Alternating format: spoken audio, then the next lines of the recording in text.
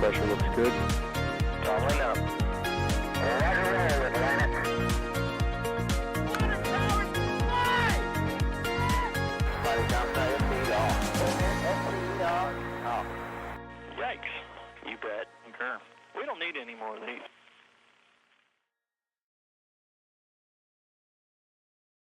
Live camera. Good morning, everyone. Welcome to another live view from Boca Chica, Texas. We've got Boca Chica gal down on the road there waiting for SN5 to roll out to the test site, the launch area over here. It's up the road. You can't quite see it yet, but this is a live feed of what's happening down in Boca Chica right now. I'm going to start off by saying thank you for everybody being patient. As you know, SpaceX with their testing, we don't ever get an exact schedule. We sort of have to play it by ears, and we don't want to sit here for hours and hours when nothing's going to happen. So we wait until the roll's confirmed, and then we make sure everybody's all set to go, and then we bring the live stream online here. So you can see we still don't have a visual on it, I don't think. If I'm wrong on that, somebody correct me.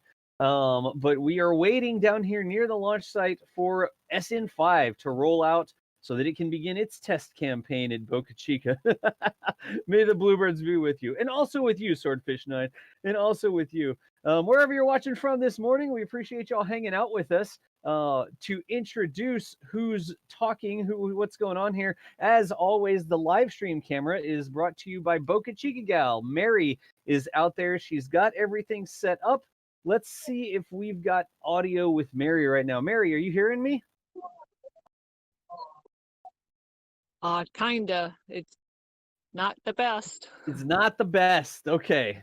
Mary is in this other position down here, which is not where we normally stream from. And like we were talking about earlier, we are getting her access to some different modems and antennas so we can improve her commentary quality, so we can get audio from her more consistently. But Mary, thank you so much this morning for rolling out and sitting on the side of the road waiting for SpaceX to get this party started. I know the audio is not great right now, so I'm not sure you're picking up everything that I'm saying, but as always, we all appreciate you bringing these awesome live feeds to us, and the pre-recorded videos and stuff like that pop yesterday. Jeez.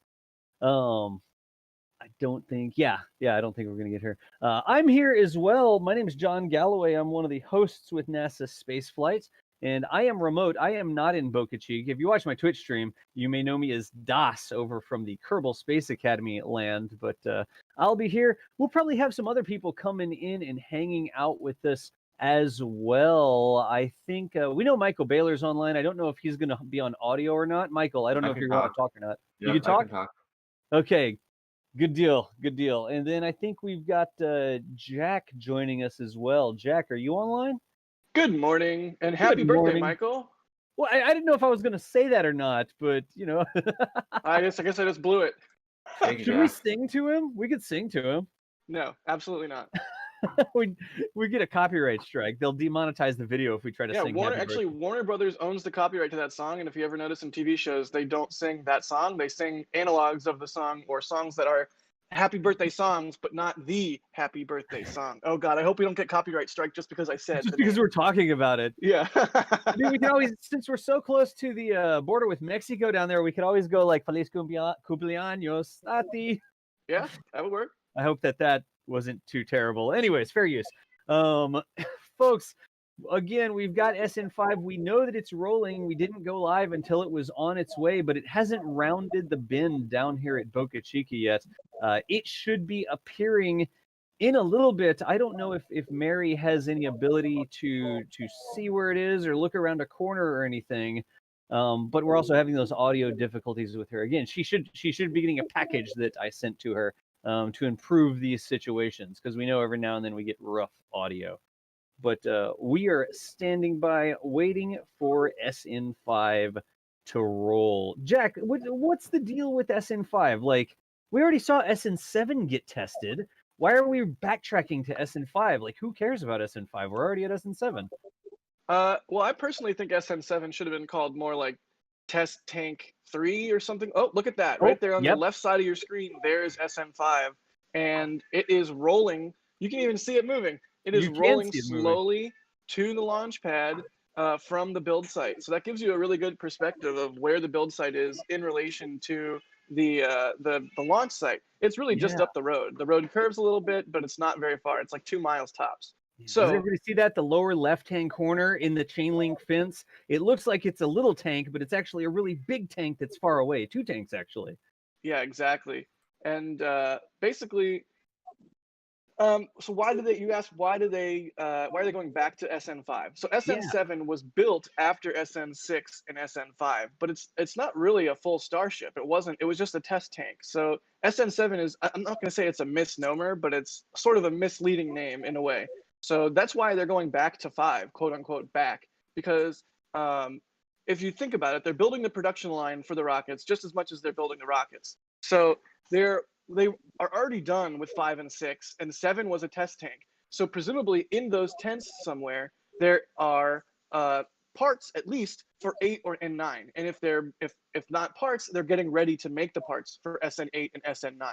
And they want to do that with 304L steel. So they tested SN7 with 304 steel and with some new manufacturing techniques. So basically, they're still going to get data from 5 and 6, but in order to move on rapidly to 8 and 9 and further serial numbers, they needed to test new manufacturing techniques and this new type of steel. So Gotcha. they can still get data from SN5 and 6. Presumably, SN5 and 6 will be used for hops. Maybe SN5 will be like 150 meter, and SN6 will get aero surfaces and do higher hops, but nothing orbital. And getting this data on 304L and higher pressures for these tanks will allow them, presumably, to move on to 8 and 9 faster and get them to be orbital, or at least much, much higher flying than 5 and 6 are capable of, just based on the advancements in the manufacturing and steel. So rapid iteration is the very short answer. Gotcha.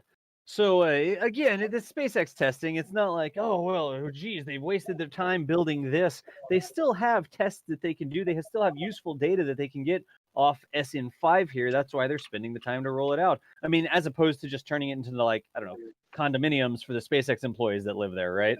Hey, that'd be cool, though. And so we don't know that SN8 will even be a Starship like SN5 and 6. SN8 could be another test tank.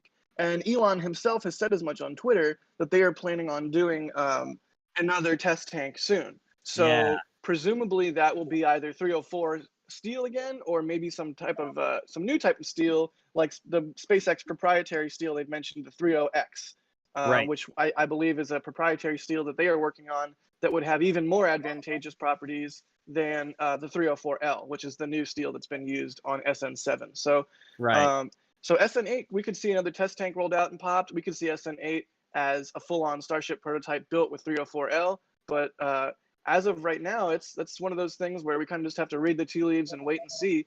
In the meantime, we get to watch SN5 roll out to the pad, which, look at it creeping past the fence there. I love that the fence kind of gives us a benchmark for how it's moving. You don't kind of have to put your finger up to the screen and guess, is it going past my finger? No, you can definitely see it moving, and it's a lot faster than I would have expected.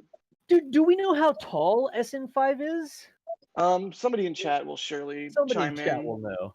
Yeah, or Michael, somebody might be able to Google that really quickly. I mean, it's like at least a 5-story building. I'm just going to say 5 stories for now. It's at least that right now. Yeah, Starhopper is 20 meters, I believe. So it's much taller than Starhopper. Oh, yeah. So more than 20 meters. I would feel safe Yeah. saying 40 meters, maybe 50. Harry Stranger in chat saying 30. Epic Daniel saying 37. Ian Keeling saying 30 meters, 30 meters. A lot of people saying 30 meters. So I'm going to guess 30 meters. And NASASpaceflight in chat, whoever that is, I have no idea. It says 1.5 blue whales. 1.5 blue whales. But how many bananas, really? How many furlongs? Per fortnight? How many fathoms is it? How many leagues? Leagues. Oh, but it continues to roll out. You can see it in the lower left-hand corner of your screen. It's right behind the stainless steel fence, the chain link fence, actually, with that barbed wire on the top. It's approaching that lift. You can see the people actually working up on that white tank there, and it is approaching that. You can see it slowly sort of scooting along. That's great that they just roll it down the road like that. So I wonder, we always know that they have to do these road closures when they're doing tests. They have to close down, like keep the public out of Boca Chica, and it's residents only. That's why Mary's allowed to be there and other people aren't. I wonder if there's any incentive for SpaceX to build a non-public road, like just a direct road that goes over there. Do they not have that property, or they don't roll tanks enough to need it? Like, do you think they'll ever do that? Question. It's not something I think they would ever rule out. Although I honestly don't know the logistics of the different landscapes and properties down there. I do know that a lot of that land is wildlife preserve, Right. So I don't know to what extent it's protected. That's a good but yeah, it's very interesting and advantageous for us, Cork, that this is a public road with a beach on the end of it, and then it's Texas, and Texas is very much Texas. So Texas. I mean, there's really no other way to put it. Texas is really, a unique place. Texas-y out there. Yeah, it's a unique place, unlike any other. So for a variety of reasons, and yeah, they're not going to just shut this beach down, and they can't. They literally can't shut the beach down unless it's pre-planned with the county, part of a road closure, and coordinated ahead of time. So we're lucky in that that's the case, because if it wasn't, you bet your butt that this would not be as easy for us to observe these things on a daily basis. I mean, that is a key reason why we have the views that we have, is this is a public road in Texas. I mean, look, there's a historical marker right there on the right side of the frame. Yeah. Oh. I'm grabbing a thing here. I'm trying to get the telestration online. I was working on the remote telestration. I set up on my laptop, but I haven't set it up on the video here. But everybody sees SN5, right? It's the tower that's moving. It's not towers are still. It's the thing that looks like it's part of the tank farm, but it's totally not part of the tank farm. Yeah. And it's hauling butt. I mean, it really is. I like this. Future Martian, a little bit earlier, Future Martian said, why are they moving SN5? There's no fog today. Like, they're not allowed to move it without the picturesque emerging from the fog sort of thing. Yeah, if you don't get the joke, what was that, SN4 or SN3 was rolled out, basically in a fog bank. Oh, yeah. Mary was in a similar position to what she is right now, and it just kind of emerged from the fog bank. It was absolutely epic. But this is going to be cool because we'll have a whole view of it the whole time. You get a little bit something different each time, and that's why, as a photographer, you can't ever be like, oh, I'll get the next one, because the next one might not ever look the same as this one. So that's pretty cool. That fog was really epic. I'll see if I can go on our YouTube channel and find a link to that. They'll throw it in chat. Give me a minute. Cool, thanks. And I also, if you want other people to know what's going on here, we've got some tweets and stuff like that out. I'll go ahead and toss them into chat really quickly. All sorts of different ways that y'all help us make these streams happen. And that right there is a link to a tweet, so we can get some more people in here and know what's going on down in Boca Chica today. We love that we're able to share this with people all over the world and helping get the word out is one of the many ways that y'all are part of our community, part of our, or I say remote production team, right? But we want, God, look at that. Did it speed up? I'm sorry. It looks like it just sped up. It like accelerated. Yeah, I mean, it moves a lot faster than I would personally expect it to move. Yeah. Especially given the distance away from camera right now. I mean, it's really moving. It's hauling the mail. Look at that. It's seriously. Right now, a freeze frame, it just looks like part of the tank farm. It's like, what? No, it's just this part of the tank farm there. It's no big deal. But then you like blink and look back at it and you're like, oh wait, it's moving. What's wrong with that thing? The VTEC kicked in nice. It got up to 8,000 RPMs where the VTEC really kicks in. Wee! Starts whining. All right, I just threw a link in the chat to, it was SN4.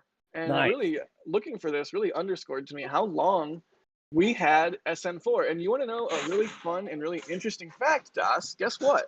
Uh-oh, what? SN4 rolled to the launch site. Guess the date.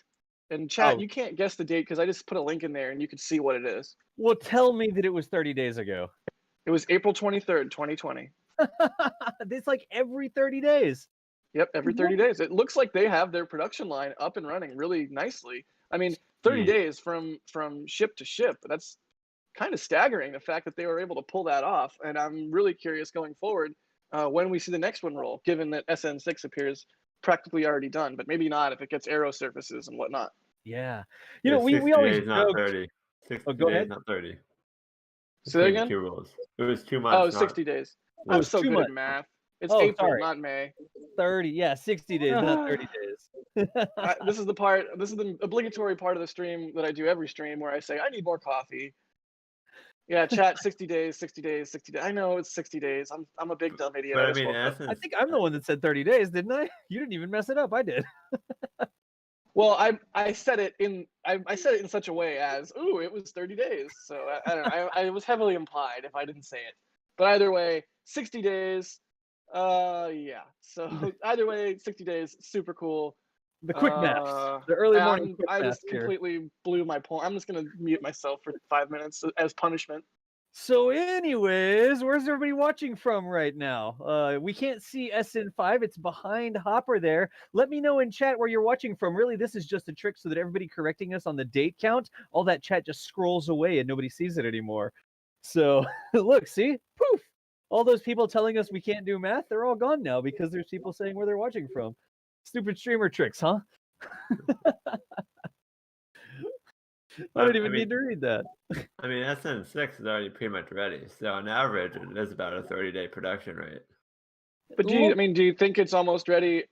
Like it's basically almost ready in the sense that it looks like SN5, but we don't know that if it's getting aero surfaces or maybe a nose cone, or I guess we don't know if SN5 is going to get a nose cone either. It could get it at the launch site. Yeah. Yeah, I mean, I kind of guess we're going to install the nose cone at the launch site if they ever do that, but I have no idea. I could be totally wrong. Yeah. All right, well, there you can see SN5 rounding the corner. It almost Yep. looks like a Leaning Tower of Pisa kind of situation here. Yeah.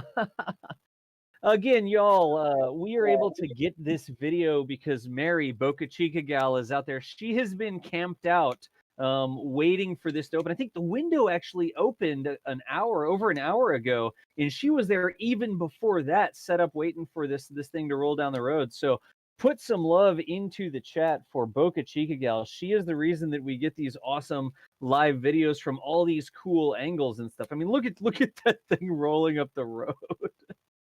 It doesn't even look right. It's like, wait a second.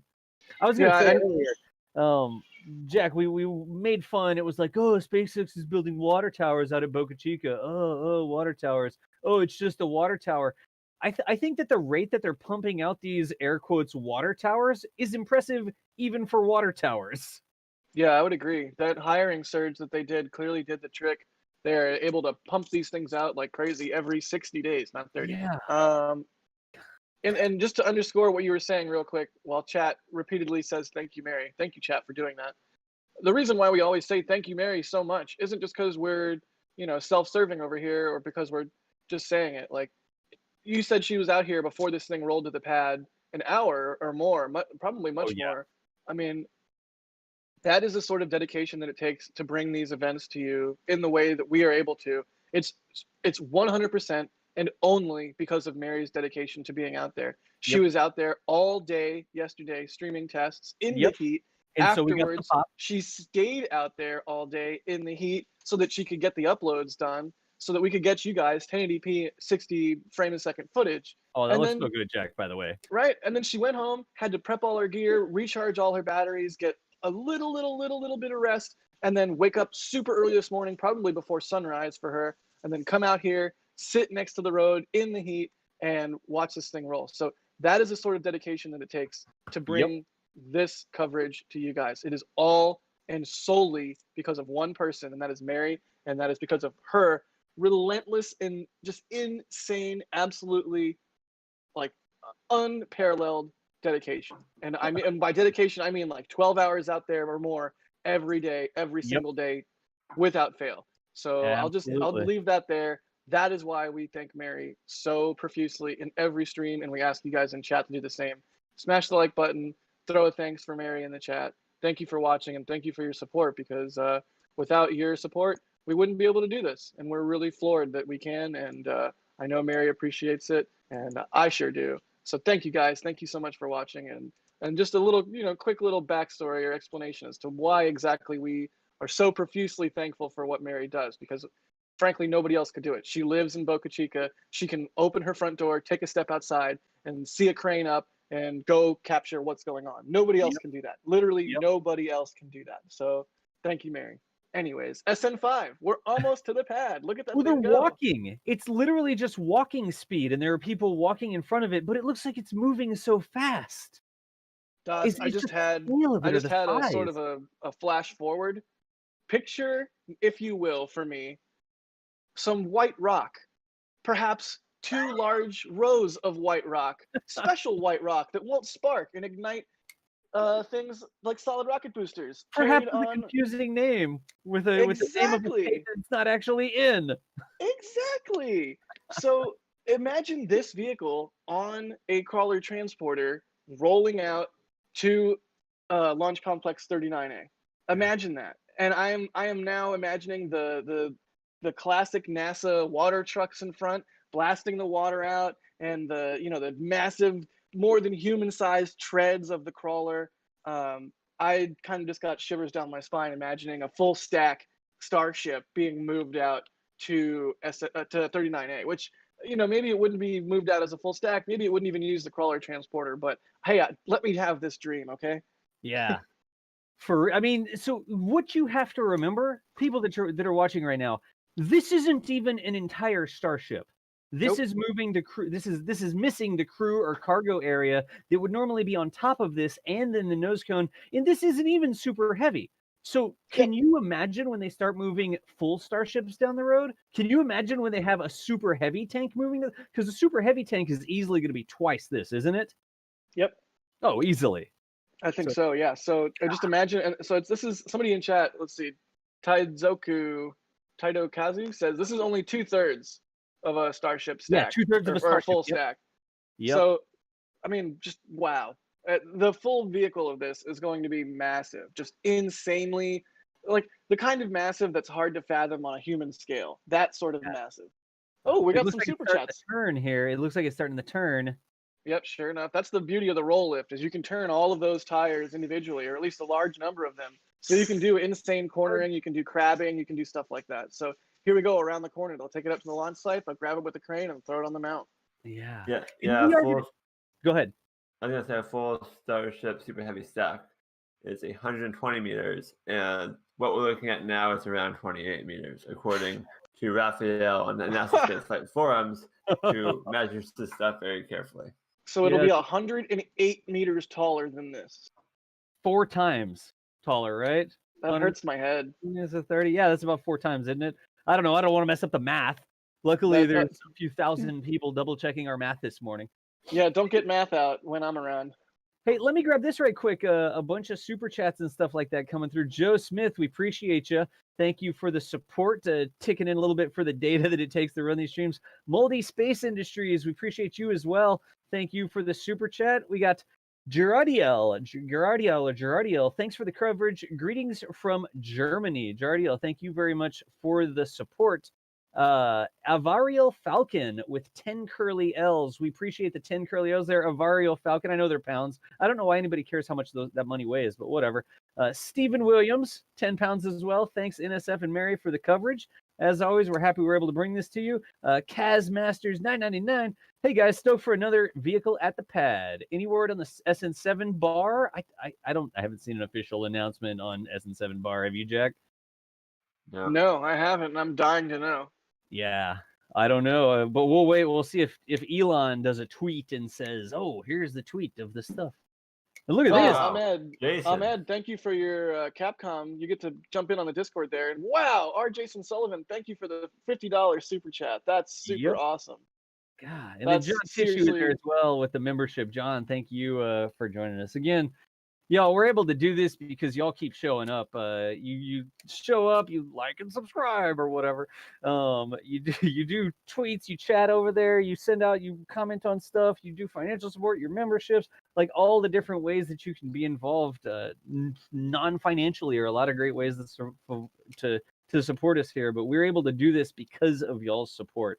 I guarantee you, if we spooled up these live streams and nobody cared, we probably wouldn't spool up as many live streams, but we know that so many people care and so many people are into seeing what's going on and being a part of the community and a part of history, honestly. A part of history is what's going on with the development of these starships down in South Texas. We just appreciate everybody that's involved with this. Yeah, and just quickly, so everyone's aware, as soon as they open this road, Mary, we're going to briefly cut to DOS, and Mary is going to race into position because Yep. there's a lot of photographers here and people that want the perfect spot to show them lift Starship onto the pad with the crane. So as soon as the road opens, we're going to cut to DOS quickly, and Mary is going to move up the road a bit so that she can be in the perfect spot to live stream the lift of Starship SN5 onto the launch stand. Yeah. I mean, for certain values of cut to DOS, you know, I mean, you know how it is. Or cut to a title card. We'll see. Bob Fillmore, thanks for Something. the $1 Canadian. Oh, look, bluebirds. Oh, it's $10 Canadian. I'm blind. Man, I'm off this morning. Sorry, guys. But thank you, Bob Fillmore. We super appreciate your support, and everybody that, you know, non-monetary support, we really appreciate too. Telling your friends about our stream, tweeting it, just in general, just watching. Thank you so much, everybody, for watching along, and thank you again, Bob Fillmore. What a solid name. Let's see if we have any questions here from Chait. A lot of people want to know when the first test will happen. So based on road closures, it looks like the first test is June 29th. And that would likely be a cryogenic proof test like we saw with the previous static fires. Or the previous Starship test, not static fires, excuse me. And then the next after the cryo-proof would be the first static fire of Starship SN5. And that would likely be a few days after the 29th because they will need time to install the Raptor engine.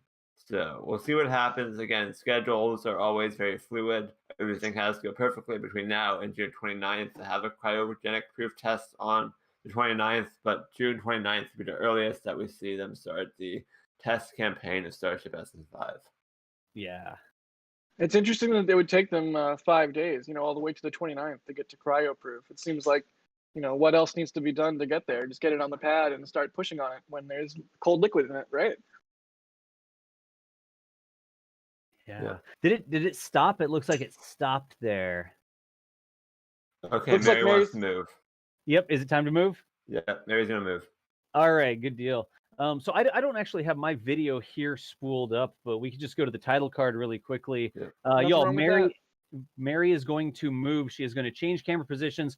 Mary, you are clear to change camera positions whenever you want. Go ahead. And can you put that in text chat as well? Yeah, we did. Yep, done. Copy. Cool. Thank you. Yes. So again, y'all, we are just very briefly. This of course is a picture from the previous rollout. This is not today's rollout. This was just our title card screen here.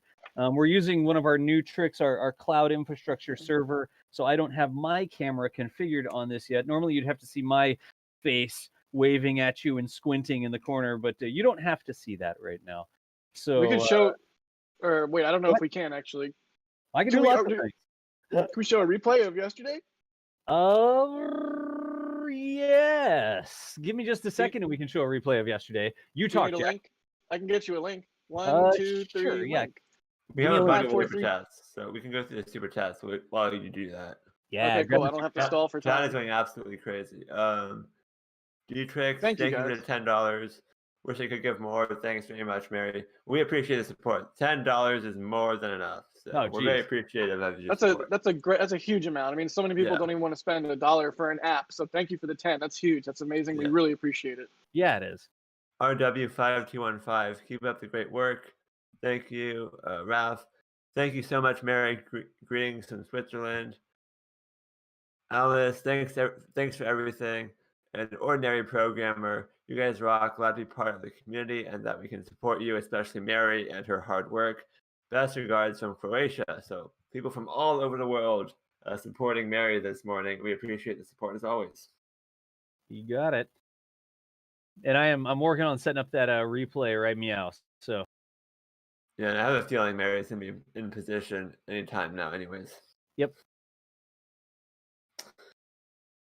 All right, Jack. The link for that, I didn't see the link for that in the. Yeah, I threw it in Control Center. Oh, there it is now. Okay, I got it now. Cool. Also, right. Looks like we have another super chat. Look at that. Yeah. Happy birthday, Michael. Wow, Jack, thank you. Wow, and we got a whole bunch more too. Andrew Donald, thank you for the $20, and Hippo Viva. Welcome to Padrat, and David Kutzler. Welcome to Capcom. You have Discord access now, and thank you so much, all of you, for your support. Let's see here.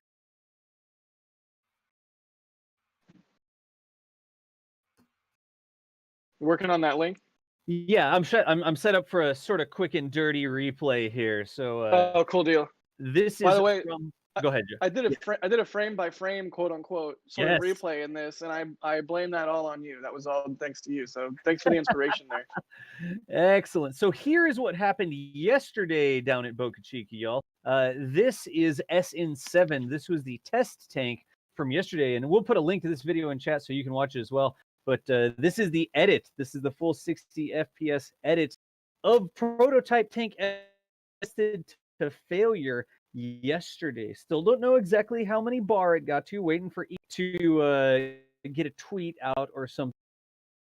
There is the failure of SN that was expected to happen. SpaceX intentionally pushing the pressure inside of this tank up to a point where it would fail, and they wanted to see how it would fail. They wanted to see what pressure it would fail at. So it's not even right to call this a failure. It's another successful test. It's almost like the success of SN7. Yes. It would be more appropriate to call it, which is a weird. It doesn't sound right, but it really is really what it is. They successfully tested it to destroy. Yep, it's like process successfully failed. Yeah, there you go.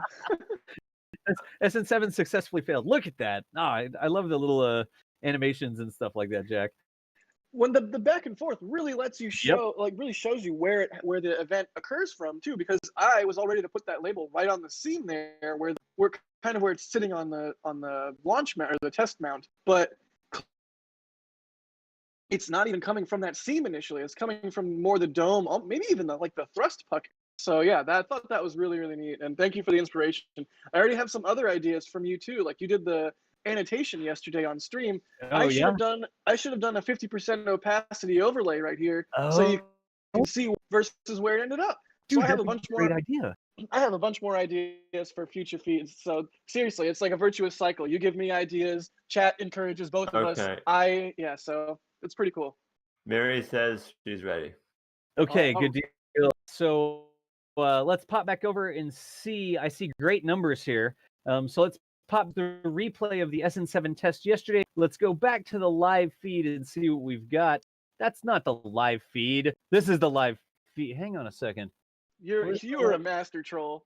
No, I actually did not do that on purpose. Just stand by. Hang on. Sure. Okay, what else is that? We have there's 7 more super chats. People are going crazy this morning. Yeah. John Hayward. I don't know if Jack already got that one, but thank you for the $5 Canadian. Information dictation. Why not launch SN5 from build site to launch site? That would be a great idea. That's what's needed. There we go. Sorry about that, y'all. There we go. I mean, that's what they do with planes, right? They'll fly them from the build site to whatever other airport they're delivering them to. It would be pretty great if we got to that point with rockets. It looks like SN5 got a bit smaller. I'm kidding. Mike Boyer, thank you for the $5. Sean Coleman, thank you for the €4. David Mead, never miss your videos. Thank you. Dennis, €2 as well. Thanks for everything. Very interesting to learn. And Klawa, 30 Norwegian kroners. Thank you for the support. Thank you, everybody, so much. It seriously means the world to us, and more than what it means to us personally and emotionally. Screw emotions. It means we can keep doing this because it's so fun to bring you guys history, space. Look at that! Just sneaky SN5 coming out from behind Hopper. Oh, I didn't even know it was there. That's awesome. What a cool shot. Mary was just showing Hopper instead. Yeah, Mary's just trolling us, and then it's like, no, it's right there. I know better than to question Mary. I was like, this is Hopper. How are we going to see SN? But I know better to question. I'm like, I'm just going to keep my mouth shut. And sure enough, Mary knows her trade. She knows what's going on down there. Oh, awesome. That's cool. Derek, thank you for the $2. Space rules. Yes, I agree. You guys are going to be on your own for a second. I'm going to grab some hot bean water. Some hot bean water. Nice, Jack. Wow. So again, if you're just joining us, we're here. We have this live feed courtesy of Boca Chica gal Mary down there at Boca Chica. Wow, look how fast it's going. What is it doing? Is that for real? What the heck? What is up? going on? What is going on right now? The birds are still flying at regular speed. That's not like accidentally sped up or anything. I mean, we don't even have that in place to be able to do that. How is that moving so fast? A little wrinkle up in the top of the tank there. Y'all see that? Huh. Yeah, it's like they put that. It's like they put that wrinkle there just so that we could know. It's like they marked SN5. Yeah. Camera's gonna move, and look at that! What an angle! What an angle! Oh my gosh! I know The I said I crane was is gonna get actually coffee, being but raised. The crane is being Wow. raised right now. The cap that connects to the top to distribute the load evenly down the sides of the tank, you can actually see that moving up while SN5 is rolling over left to right. Yeah, I feel like they're doing a time trial almost. Like this is like some F1, like Formula One, pit stop style speed here. This is insane. How did they floor it all of a sudden? I didn't know the roll lift could go that fast. I wonder if perhaps they've just I don't know, maybe they've improved the road, the little path right there. I have no idea. I don't even think it was going that fast when it was on the main road, though. I don't know. Wow. All right, hot bean water for real. Be right back. Yeah. Yeah, so that slash indentation at the top is where the hatch is for them to access the tank section. I'm not sure if that was really intended or not, but I don't know. It's clearly not a big problem. Yeah. I mean, if you look lower down on the liquid oxygen tank at the bottom, there's another hatch, and that one does not have that small indentation. So that is a bit weird. But I think, if I'm not mistaken, the hatch design on SN6 might be slightly different. So perhaps they made some improvements there. Yeah. Wow. These super chats are insane this morning. I keep looking away for 5 seconds, and there's 5 more, 6 more. I don't even have enough time here to do everything that we need to do. There's so much going on. And SN5 is not giving us any time to relax. That's for sure. It's just, I mean, they're moving. This is so epic. Sign. I want to go fix the SpaceX sign. It's like, come on. Yeah, it's really bothering me, to be honest. Really? It's really, really bothering me. Oh, so this is going to be fantastic. If we can, we should have a shot of them attaching that load spreader, that ring, the sort of hexagon there that's on the right hand side of the top of SN5. We should have a shot of that coming up shortly. So you can see they're ready in the list at the bottom to quickly go up there and start attaching the load spreader. Yeah. But super quickly, Black Widow, thank you for all you do. Mary, you are awesome.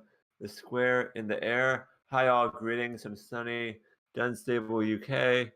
Future Martian again. They put the roll-up into ludicrous mode. They really did. Framer, beautiful camera work, Mary.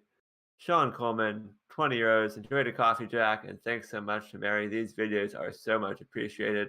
I'm okay. $15. Thanks for covering this. We appreciate your support. I'm okay. And Super 5 Australian dollars. We appreciate it. And Dog Cruise, $3. We appreciate the support. For a second, I saw the KRUSE in Dog Cruise's super chat, and I was like, for some reason, my brain parsed the KRUSE as Krause.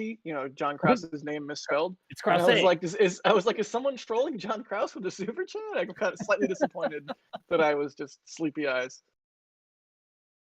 Wow. This I like is spaceflight history before our eyes.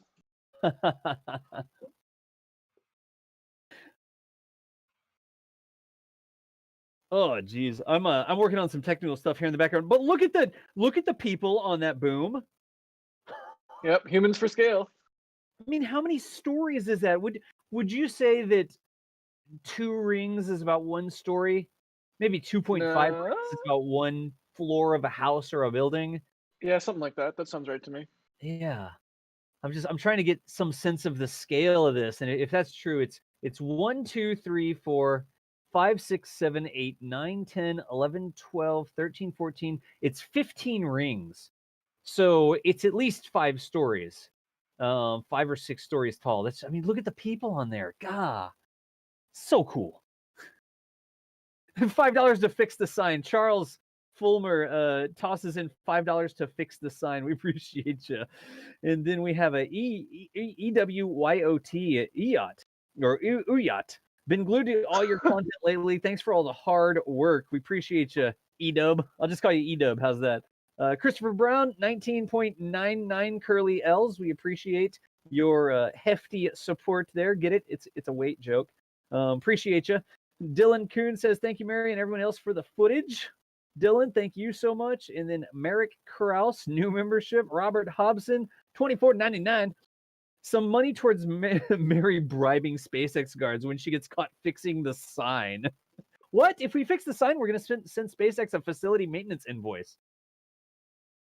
God, look at this. They're moving SN5 over just a little bit more, actually getting it underneath the load spreader, right? Yeah. And Jonathan D, $5. What a cool video to start a certain day. Thanks all. Hump day. It's the camel. It's the camel joke. You've seen that commercial. Oh gosh. Again, y'all, it is hard sometimes. Like, we don't want the streams drinking water. If anybody's thirsty, we don't want the streams to just be us doing shout outs and stuff like that. I mean, there's a lot of awesome spaceflight content. Look at that. Y'all know what that was? That was the digital stabilization on the camera trying to stabilize against those moving trucks. Did everybody I was see about that? to. Yeah, that was nuts. That was the digital stabilization. The camera is actually looking at the scene and it's trying to keep the scene stable, right? So we don't get a massive shake. Because no matter what, whenever you have a camera like this, you have to plan for shake. This is just out of the box. You've got to plan for shake. And this camera is trying to do that digital stabilization. And when the truck moved by, it was enough of the video changing that the camera was trying to stabilize against the truck and then jumping back to the static image in the background. That was a cool demonstration. Cameras are able to do so much in camera these days. I tell you what, I'm going to be out of a job here. We're all going to be out of a job here. Dave Wolf, I live for Dasing. God, that's cool. God. What a cool shot. It really is. And Mary says that she has good audio, by the way. She's just busy filming for the video later today. Yeah. So there you go. Excellent. I want to put like a troll road sign out there that says like Starship Crossing or something. You know, like the ones they have at Wallops, and it's like space station on ramp or moon this way, and it's got a little arrow pointing to the launch pad. Yeah. I want like a Starship Crossing sign or something. It needs to be a Mars this way sign. Mars this way, nice. How about like a starship with a bunch of little hopper babies behind it, like a duck? Oh, you know? Yeah, that's so cute. I love it. Wonder what it costs to get a gag road sign made so we could just like put it there on ourselves. Mars Ferry this way, nice. Go ahead. I was gonna say, I can't believe we finally got the stream rollout. I think this is actually up there with one of my favorite live streams that we've done so far from Boca Chica. Yeah, absolutely. Like, for the testing's super cool, but you sit around waiting for 3 hours for a short period of action, usually when it's like a static fire or something. This is just like nonstop cool stuff happening. Yep, cool stuff. Not that the testing isn't cool itself, but I mean this is something super different than what we got the stream before.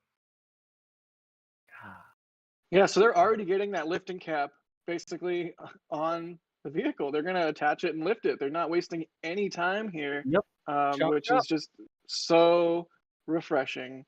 I mean, I know I say it almost every stream. I want my flying car.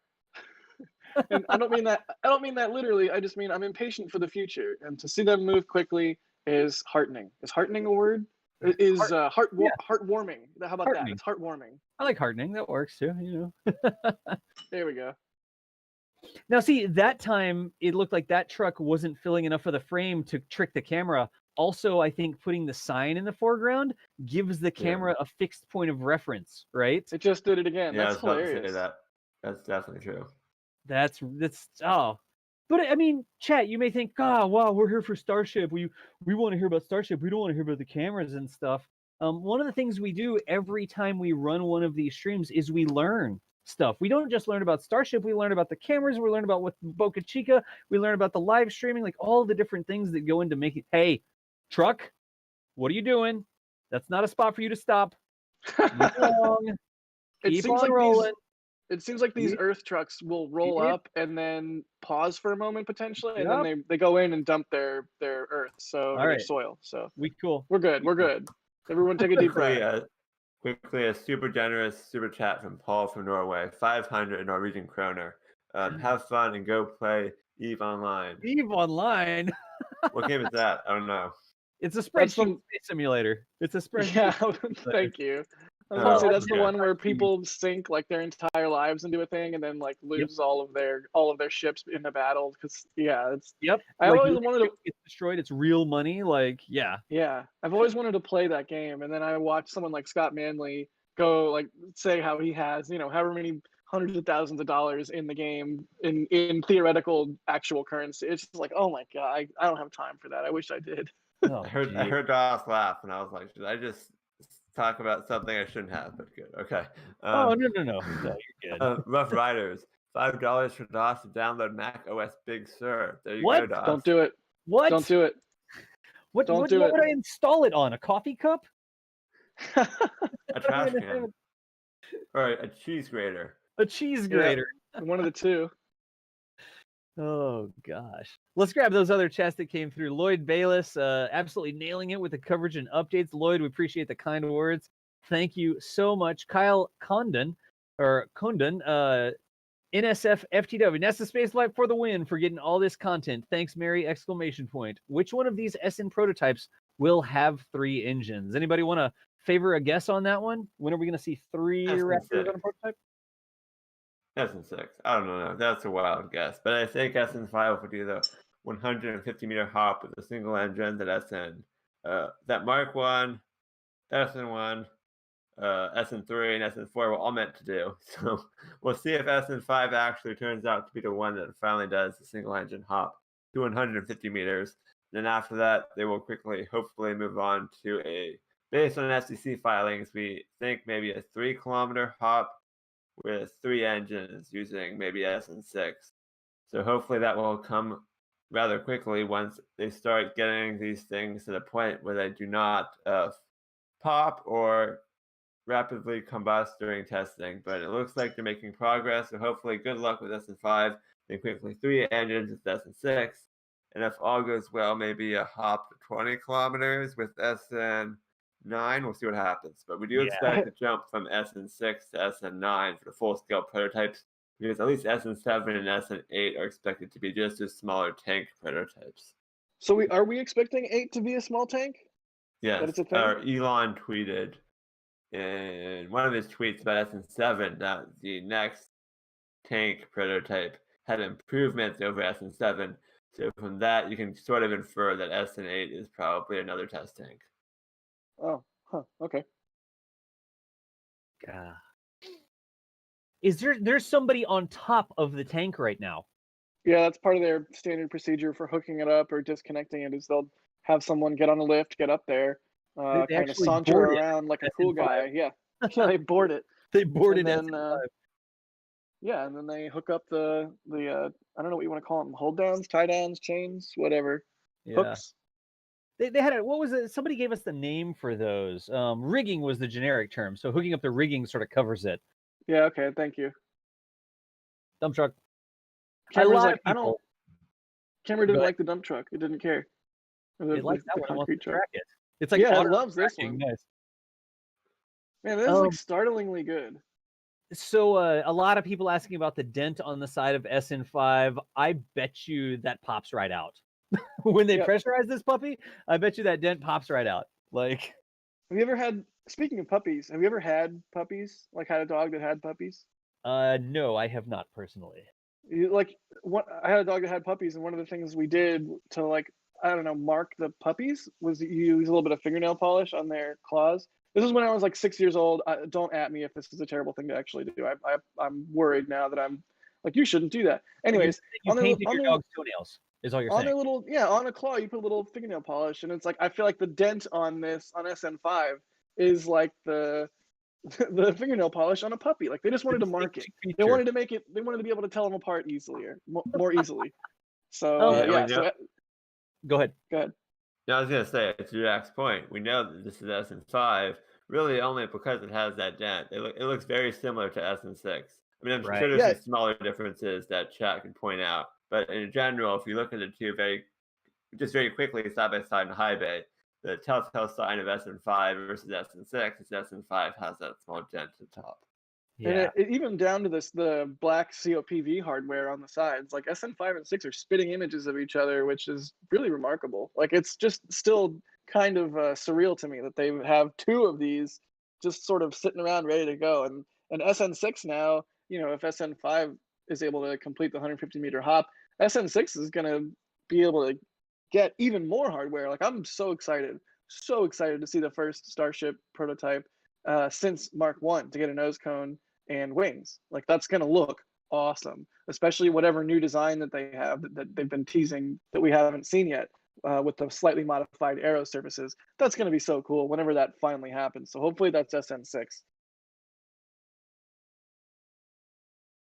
And again, if you have any questions, tag at NASASpaceflight in chat, and we will work our way through them while we wait for the crane to begin the lift of SN5 onto the launch stand.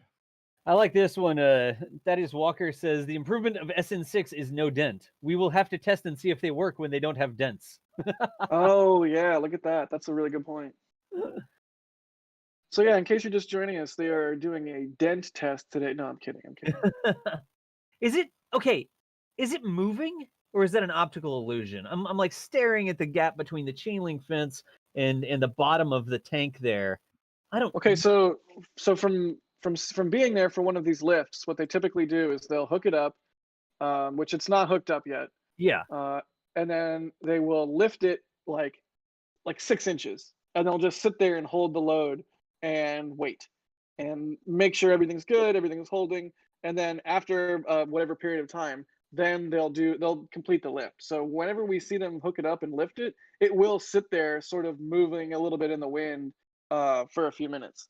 And Yeah. let me dig up the Mark 1 stacking video that I did with the crane audio. If you guys are new or you don't remember, I was out there in Boca Chica for the stacking of seal number 1, and seal number 1, the crane crew happened to be on radio, and I was able to pick up their radio transmissions, so you can get a feel for essentially the conversations that are going on right now that we just can't hear because they're Right. probably not on the same radio after I managed to get on their channel last time. But yeah, it's really nifty to hear what the crane crews are saying, get a feel for what the operations are. Let me find this link and I'll throw it in chat ASAP here. It's so cool because it's obviously a very, very challenging job and something that takes a lot of skill. So it's it's like watching a master painter at work or watching someone playing a sport to a top level. It tells you how much I watch sports. Someone really playing the heck out of their sport ball. Sport balls. Yeah. So it's neat. It's neat to see. Let me find that link here. There's the link to the crane audio right there. NASA spaceflight. Chris B just put it in the thanks. chat there. Yeah. Perfect. Thanks, Chris. Yeah, so that link right there, that's a video with crane audio for the stacking of SN1. That's kind of like to give you an idea of what sort of things, what conversations are being had right now. And it's almost casual. Like it's just this another day at work for them. But to me, it's like, these are extremely thin walled cylinders that you're trying to place precisely on top of you. It's not a board game I would want to play. Hey, do you want to play thin cylinder stack? No, I do not. A question from D. Ford. Are we going to see a new and improved mass simulator for the top of SN5? That is a good question. That is a good question. I hope so, because I just like saying the word nose cube, which is what we ended up calling it. Yeah, I think last time they installed it after the cryogenic proof test. I think we weren't really sure what they were using it for last time. There's a bunch of speculation over a couple possible reasons. The most of them involved helping to simulate loads for the static fire test. So presumably, if they do install the mass simulator, it would happen between the cryo-proof test, and the static fire test. We also, another thing to point out is we don't know how many static fires they're going to do with SN5 before they hop it. With SN4, we saw them doing several, and there's probably going to be a few more after. There would have been a few more after the final one had it not ended a failure. So potentially multiple static fires in the works for SN5. And that leads me to another question from Ashley, England. Is the Raptor engine already on SN5, or do they add it later after pressure tests? So if you look on the if you look just to the right of SN5, where the launch stand is, there's a white portion in the middle. That is a thrust simulator that will push up on the bottom of SN5 during the cryogenic proof test, and that acts to simulate the thrust of an engine without actually using a Raptor engine for the proof test, because the proof test uses nitrogen, so they're not using the actual propellant, so they cannot do a static fire to simulate the force. So they use a thrust simulator instead of a Raptor for the cryogenic proof test, and after the proof test, they will install the Raptor engine for the static fires, which will use the actual liquid oxygen and methane propellants for Starship. Right. Wow, so many super chats this morning. There's a lot, that's for sure. Birthday boy does it. Birthday boy does it. Yeah, there you go. I just talked for like 3 minutes. Probably not, but okay. Paul three from Norway. minutes? No, 3 minutes? Whatever shall we do? Dot's like, I only talk for 12 hours at a time. Paul It's from like- Norway, new member. Dennis, also new member. Thank you too for the memberships. We appreciate them. Hopefully you enjoy the new exclusive channel perks that you just unlocked. Pete Martian, $2 Canadian. We appreciate it. Modern, $5. Love these streams. Gives me something interesting to listen to while at work. And Mitch Brett, huge thanks from France for the live and Mary's work. Yes, we also appreciate the work, and we super appreciate Mary for being down there, bringing us this live view right from the Starship launch pad of the arrival of the latest SN5 prototype. I'm working on a thing right quick, is what I'm doing here. Well, we can keep going through the questions. Intro Factory wants to know, when are they going to do the SN5 hop test? So we were talking about the basic test flow of cryogenic proof test and then a couple of static fires most likely. So the cryogenic proof test would be June 29th at the earliest. Then it'd be at least a day or two between that and the first static fire to install the Raptor. So that would put you into early July for the first static fire test. And then depending on how the static fire tests go and how many static fire tests they do, it would probably be 3 or 4 days at least static fire testing, then a couple days of data review to make sure everything looks good and for the teams to get ready for this hop test. So I would say maybe the end of the first week of July to absolute earliest, most likely maybe the second week of July if everything goes well, but it's really hard to say. It all depends on how the testing goes and if everything goes perfectly or if there's a lot of minor issues they have to correct. So it's really hard to predict at this point, but probably the end of the first week of July at the earliest, I would say.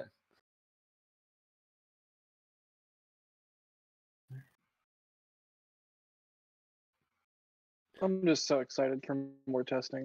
More testing, please. We're also getting a lot of questions about how much SN5 weighs in its current configuration. People are curious about the lift. I am not entirely sure. I think, Jack, when they did the SN, was it one lift that you saw? Did you hear a weight called out? Yeah, 49,000 pounds, I think, is what it was, which is one of the fun things that you learn when you get to listen to the crane audio in that video we linked. That was either 39 or 49,000 pounds, I forget. And you have to remember, that was SN1 stacking, so it was not lifting an entire vehicle. It was lifting basically everything but, I think, the thrust section. That entire, if you look where there's the sort of it almost looks like those all little tiny vertical lines on that bottom thrust section where the black tanks are connected, and then it's sort of, you can see, there's a very thick seam, and then it sort of goes to more clean rings. It was like the clean ring section being stacked on top of the liney section, to use very technical terms. So that top section was, I think, was 39 or 49,000 pounds. So the whole thing should weigh much more than that, given that the thrust section is like super beefy and designed to handle the loads of all the Raptors. So I would say, I don't know, maybe like, I'm just guessing, probably like, if the whole thing is 49, more than 60. I'm gonna stop saying numbers because I don't have a good track record of saying numbers on this stream. I would love to know what the actual weight of one of these prototypes is, just to know, that sort of thing is the kind of thing that would let the people that in the chat, or like people like Declan who does Flight Club, do all kinds of math and know, oh, the Raptor was doing this and it consumed this much fuel, and based on the weight of the thing, it was producing this much thrust and all that cool stuff. So I wish we did. So right now we just saw, I think, possibly the final crew member get back into the lift. It does look like the vehicle might be fully hooked up. Yep. Yeah, it looks like looks like they are getting in the lift. I'm not positive, but that is what it looks like. Well, I mean, once we see the lift move away, we'll definitely know.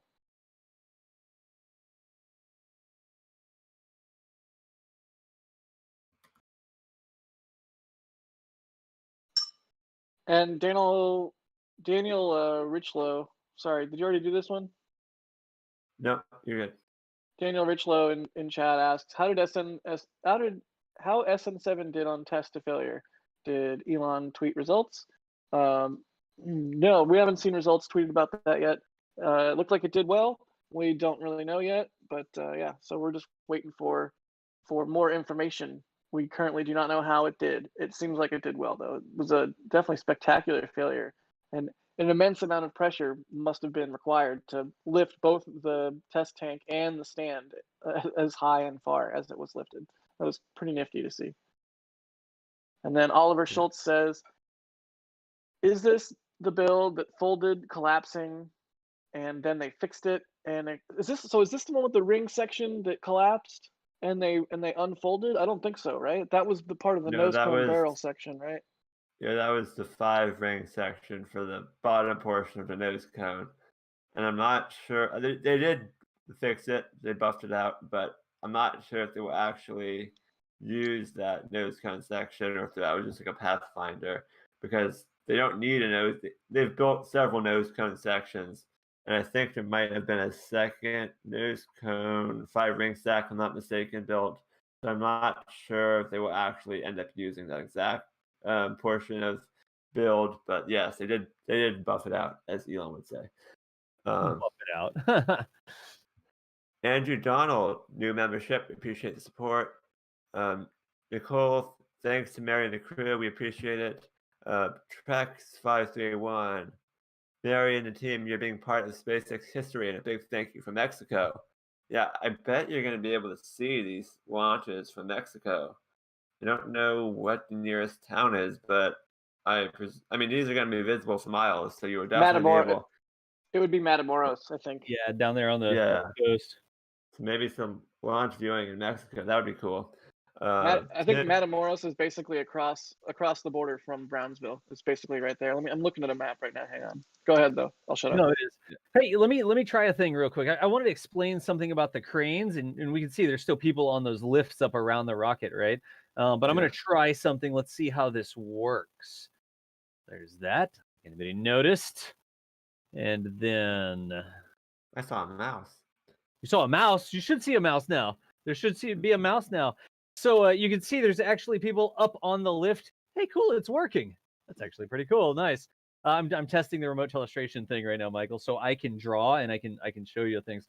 So this right here, this is SN5. Right now I have terrible handwriting, and somebody was saying we should mark the top of it. I don't know that we're going to leave it marked, but we could mark the top of it. We could mark the bottom of it, etc., etc. We can draw cranes or whatever we want to draw. I wanted to point out something about the crane really quickly that a lot of people don't realize about cranes. But do you see how the main crane here, this crane is so almost straight up? it's not at a big angle. You may have seen cranes and they're sort of out at an angle like this. The more a crane leans over, so the more horizontal it is, the less it can pick up. So when they actually stack this thing, you can see the base of the crane is right here next to the launch mount. These in the background are the launch mount. And that's where they're going to be putting it right there. And they have that crane so close to the launch mount, so the crane is as straight up as possible. Still, it needs to lean over a little bit. It needs to have a little bit of an angle so that it can actually go above SN5 there. But the reason they do this is because the more angled the crane is, the less it can pick up. Look, I could actually draw a weight or whatever. This is like 10. I'm just going to make up numbers. And when it's straight up like this, it can pick up a lot bigger weight. I'm just going to write 100, making up numbers again here. But the reason the crane is so close to the launch mount and straight up like that is because the more straight up it is, the less angle it has, the more it can actually pick up. I thought that was an interesting thing. Of course, it has counterweights and all sorts of other things. But I thought that was an interesting thing that a lot of people don't notice about cranes. And since we're here watching cranes, I figured I'd test the telestration and draw it on the screen real quick. Back to you. Tim Browning, thank you for the Hong Kong $250. That is super generous. We appreciate it. Tim says, great coverage and streaming, guys. And of course, we love you, Mary. Yes, Mary's obviously super appreciative, as we keep repeating like a broken record, but it's because it's true. Dougal, do you know what the Tesla batteries are used for? Does anybody want to take a stab at that? I'm just going to say vehicle power when disconnected from the launch pad. Like basically in-flight power is my guess. I don't know to what extent they switched over to those batteries. I'm guessing while it's on the pad, it's powered by a part of the quick disconnect. You know, maybe there's some power that comes from the pad. But, you know, I really don't know to what extent they use them. But clearly, while the vehicle is flying, it needs to have power and it needs a battery of some kind. So why not test the Tesla battery?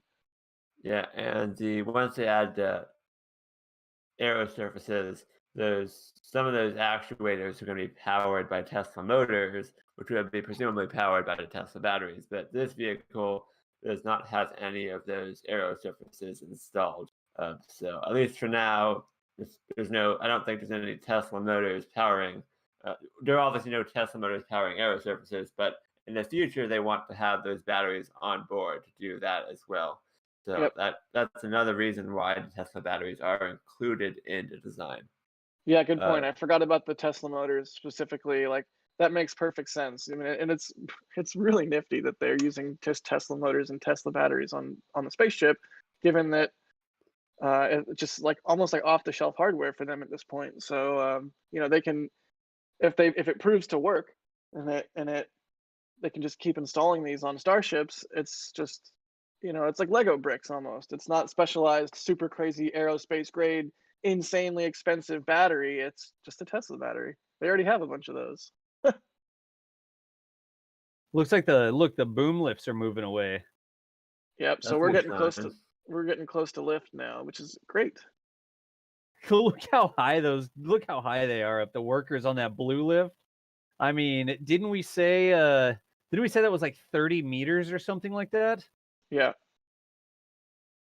Yeah, those ultra booms do not mess around, and the people on them similarly do not mess around. They have they gotta have nerves of steel. Yeah, you're not kidding. I mean, I can't imagine, you know, from here they look like majestic, tall, weird robot giraffe things. But when you're on them, I bet they're wiggling around. Like it's not a super stable platform, I'm sure. I'm sure there's a certain amount of wiggle and shake just from the wind and from being fully extended way up there with a weight on the end of an arm like that. I mean, I can't imagine what it's like to be 100 foot up in one of those things. That's got to be a little bit of a ride. So props to all these workers. Someone asked in chat, are they filming? Jimmy Sheridan, sorry, Jimmy. They ask in chat, are they filming on that blue one? I don't know. Tell. Yeah, I don't know. I don't see a camera, but I can't tell.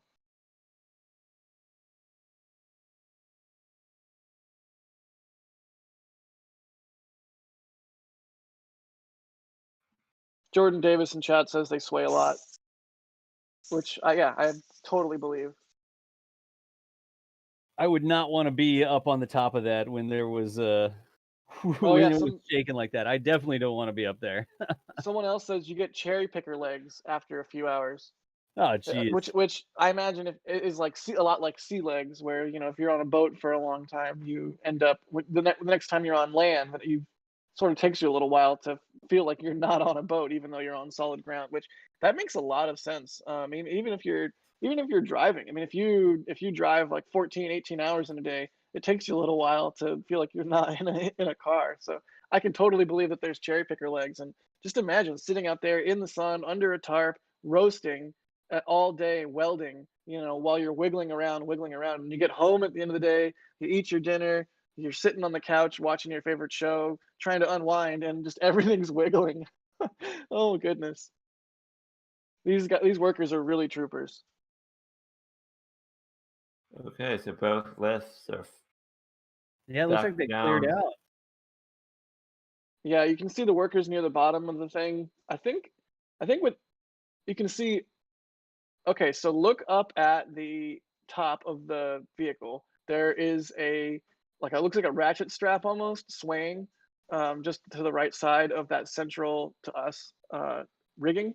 It's like that central rigging comes down, attaches to the vehicle. To the right of that, there's the swaying ratchet strap looking thing. And then to the right of that, there is a very long black line.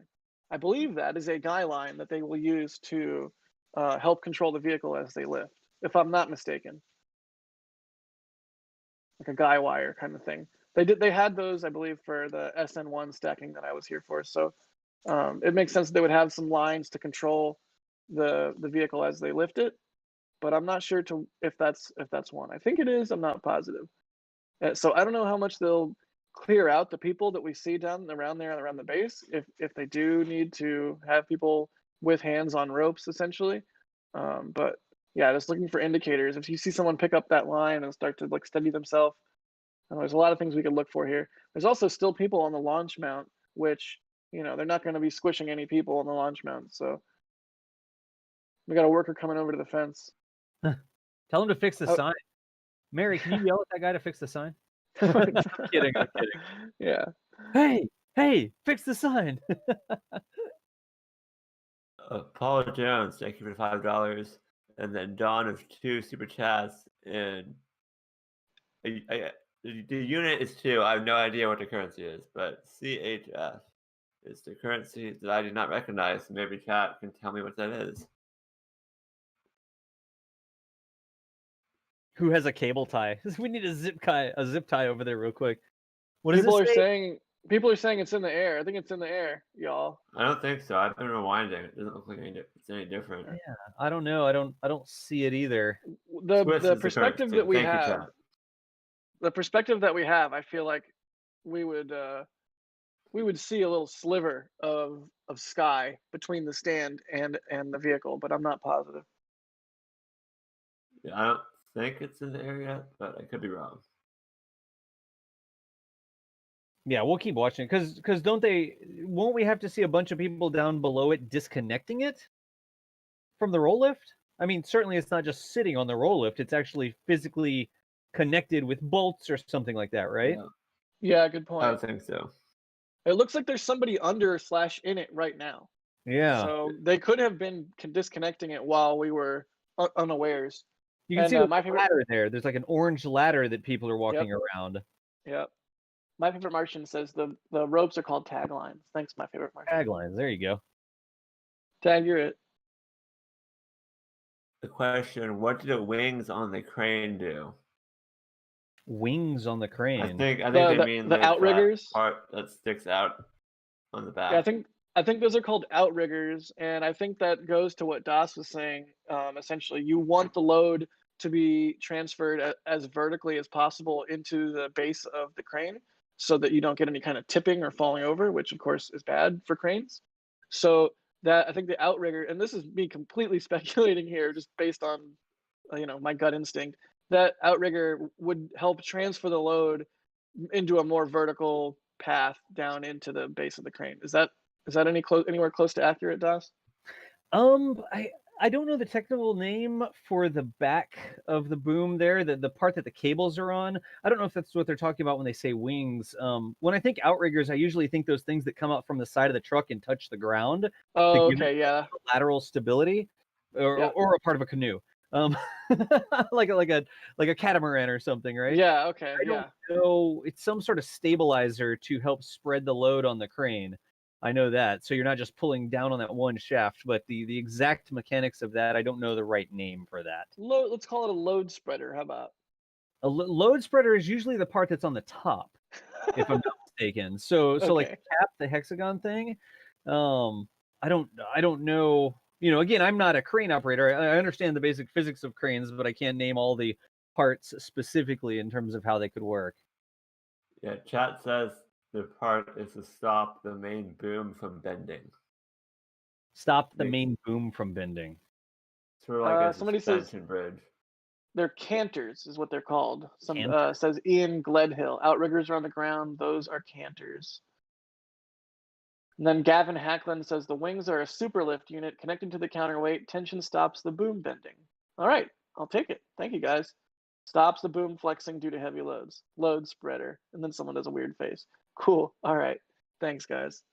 Luke Like Space has an interesting question.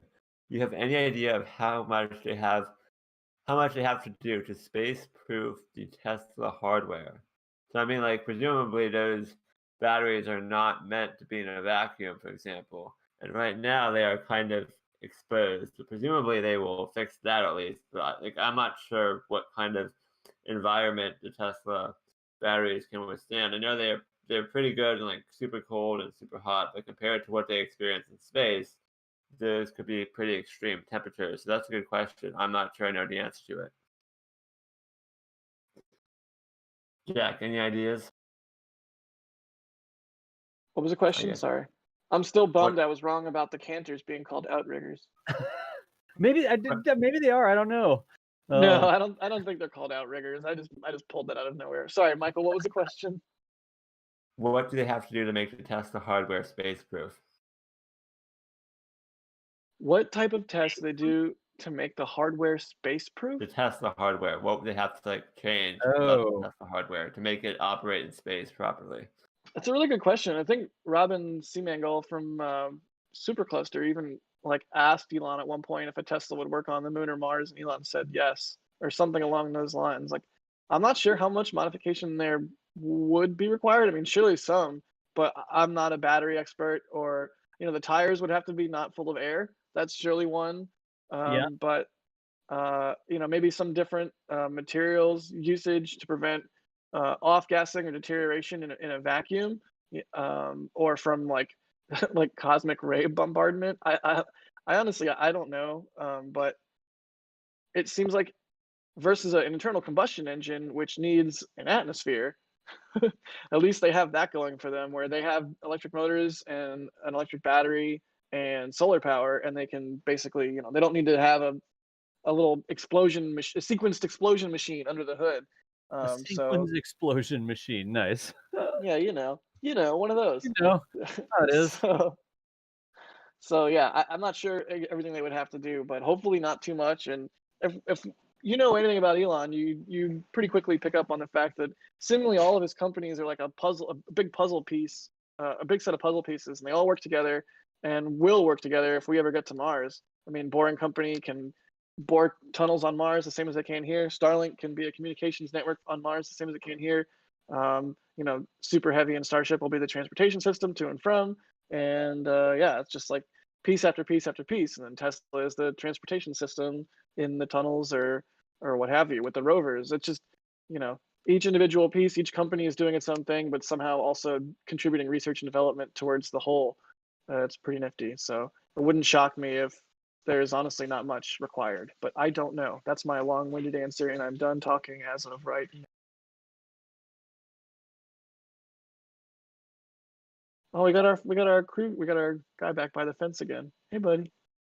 Do you think our security guard will show up and stare at us awkwardly? That was great the other day. What? It wasn't even like staring at it awkwardly. It was just full on like posing, like striking a pose. It's like he was giving us blue steel.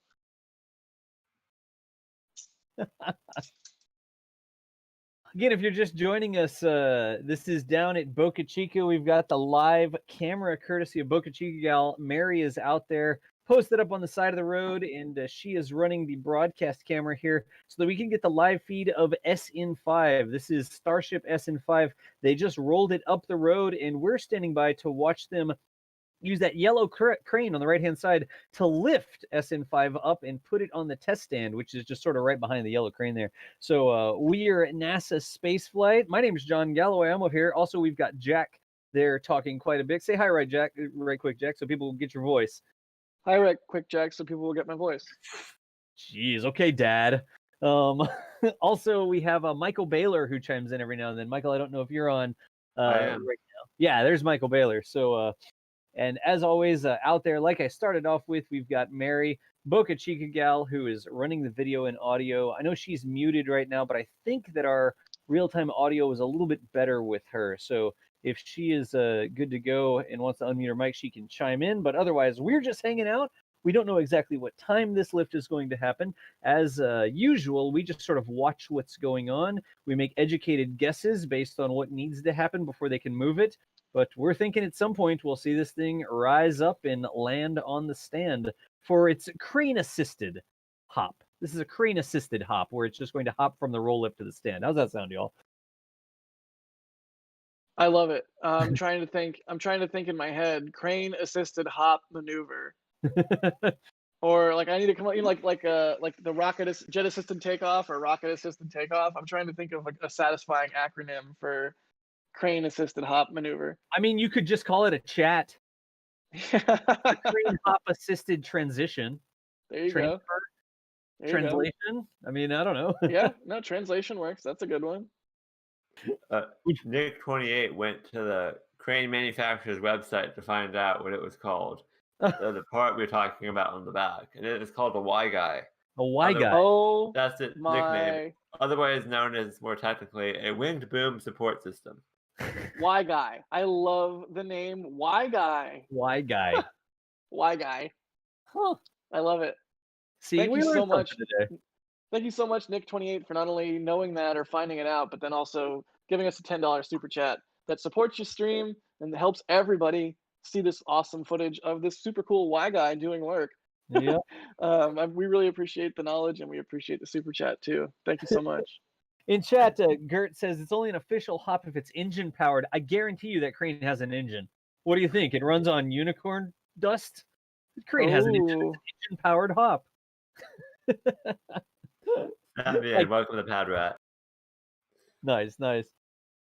Oh, wow. So they're still down. You see the workers working around the base. Go ahead, Jack. Crane rocket assisted maneuvering. Thanks, Raj Shah. A cram. A cram.